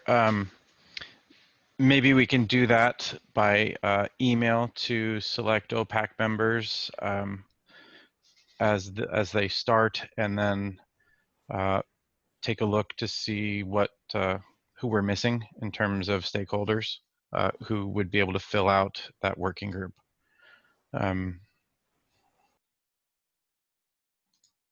Recognizing, excuse me, the agenda,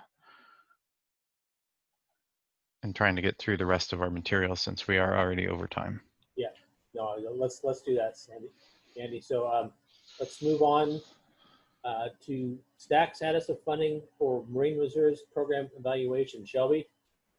Sure, I will be very, very quick. Support for the Marine Reserves assessment had been included in a bill that advanced out of committee in the short session. Obviously, the short session didn't end well, and it was not included for any kind of additional special requests. So effectively, where that puts us is if we were to wait on the state to support the Marine Reserves assessment process with funding, we would lose our timeline as indicated in the legislation.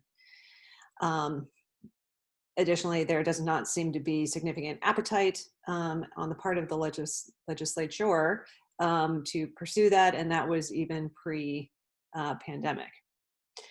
So I've been in conversations with Laura Anderson from the Oregon Ocean Science Trust and others to pursue alternate avenues.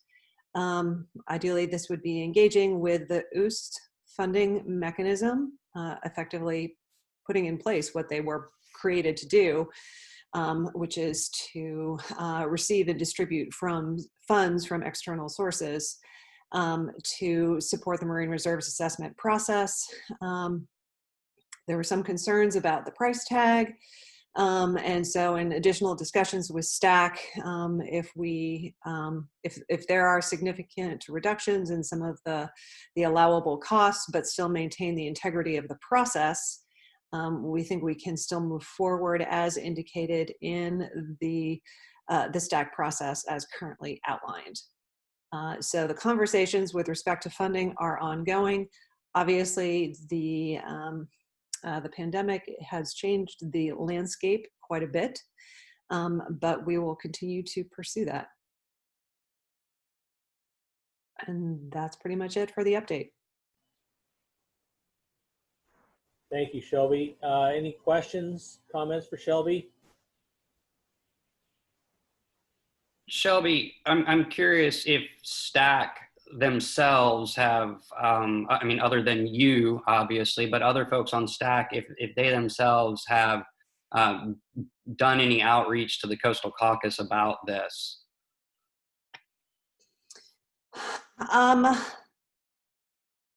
Recently, no. I think everybody's been preoccupied with other things. The chief advocate for the funding was Senator Roblin. He had included it in his bill moving forward. That was the one that had advanced outside of committee. I have not had a lot of conversations with him or the other members of the Coastal Caucus since then. Nor do I think that the other members of STAC have. So I think my thought was that since STAC is going to be, it's developed this RFP and it's their RFP, they can speak best to the RFP, the thing that's costing the money, right? It might be good if we could think, if OPAC could think down the road of opportunities for STAC to present that to the Coastal Caucus as a need. Fully understanding now's maybe not the right time. But I think it seems like they might be a good messenger given that's where the RFP is coming out of. I think that's certainly a possibility. As I mentioned at the beginning, moving through kind of a state process at this point, for example, waiting until the long session, we will blow the timeline that is indicated in the legislation.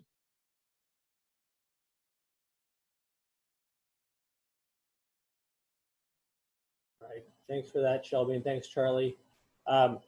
Shelby, I just wanted you to know that when I was doing my talking and talking to Coastal Caucus members and others, it looked like this was going to be doable.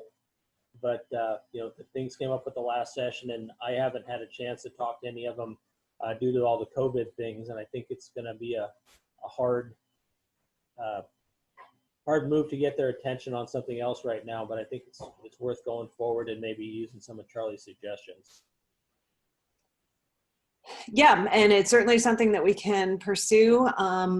I'll be frank.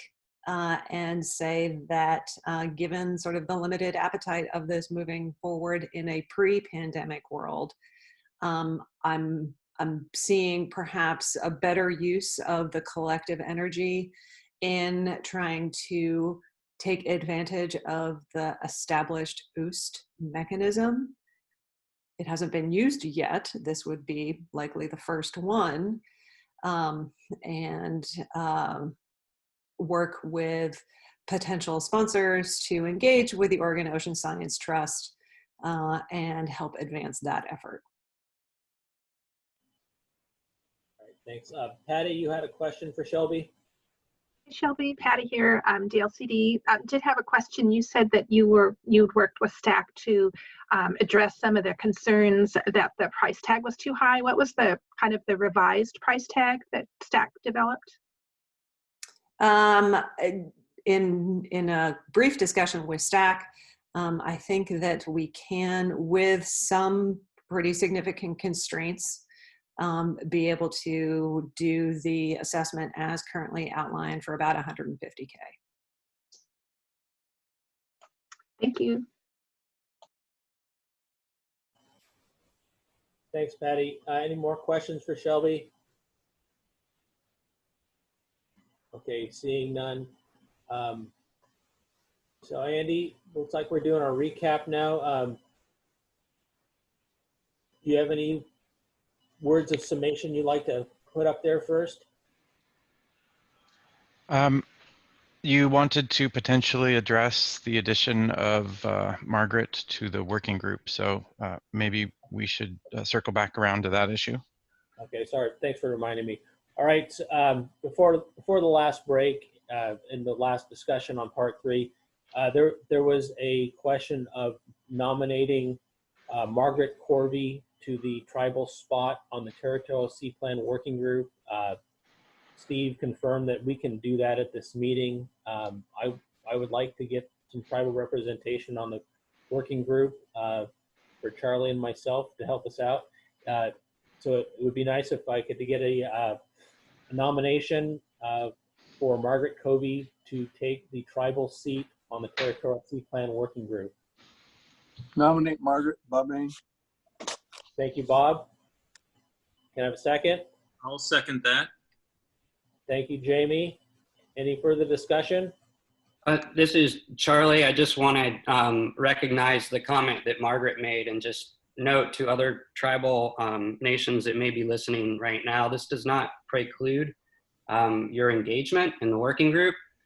This is the seat that we have right now. And I do hope that you'll open up a dialogue, with the working group or in government to government consultation. If you do not feel represented or are able to be represented through CT Clusi's representation, I think that's important. No, thanks for that clarification, Charlie. And I was checking with Andy, and he said that he had not heard from any of the other representatives that gave public comment that they were wanting to be part of the working group at this time. But of course, we would welcome their participation. So we will go with just a unanimous consent. If there is, everybody is in agreement, we'll go forward. If anyone is not in agreement, please speak up now.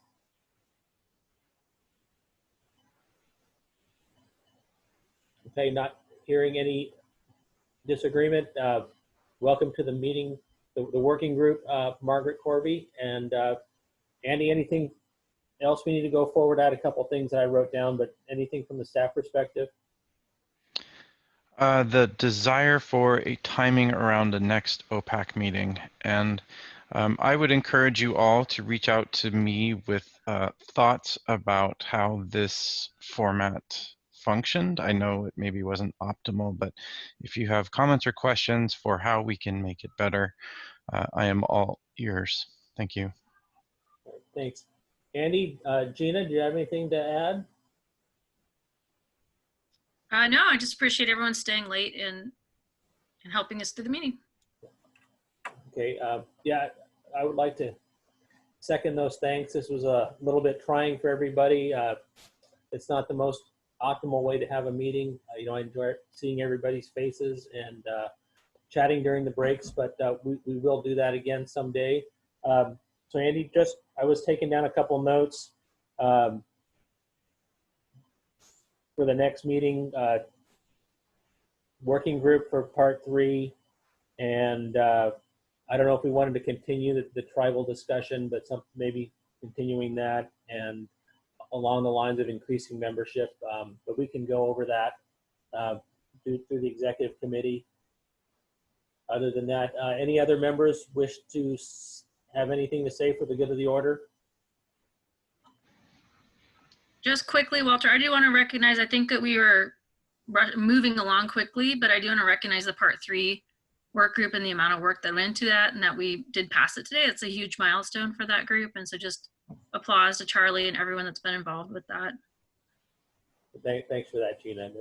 It did, that should not go unnoticed, and thank you for bringing that up. If there are no other comments or anything for the good of the order, thank you everybody for your participation. I appreciate it. And let's keep our fingers crossed that we can meet face to face the next time. Thank you everybody. Be safe, and thank you very much. Thank you all. Meeting adjourned. Thank you. Okay, everybody.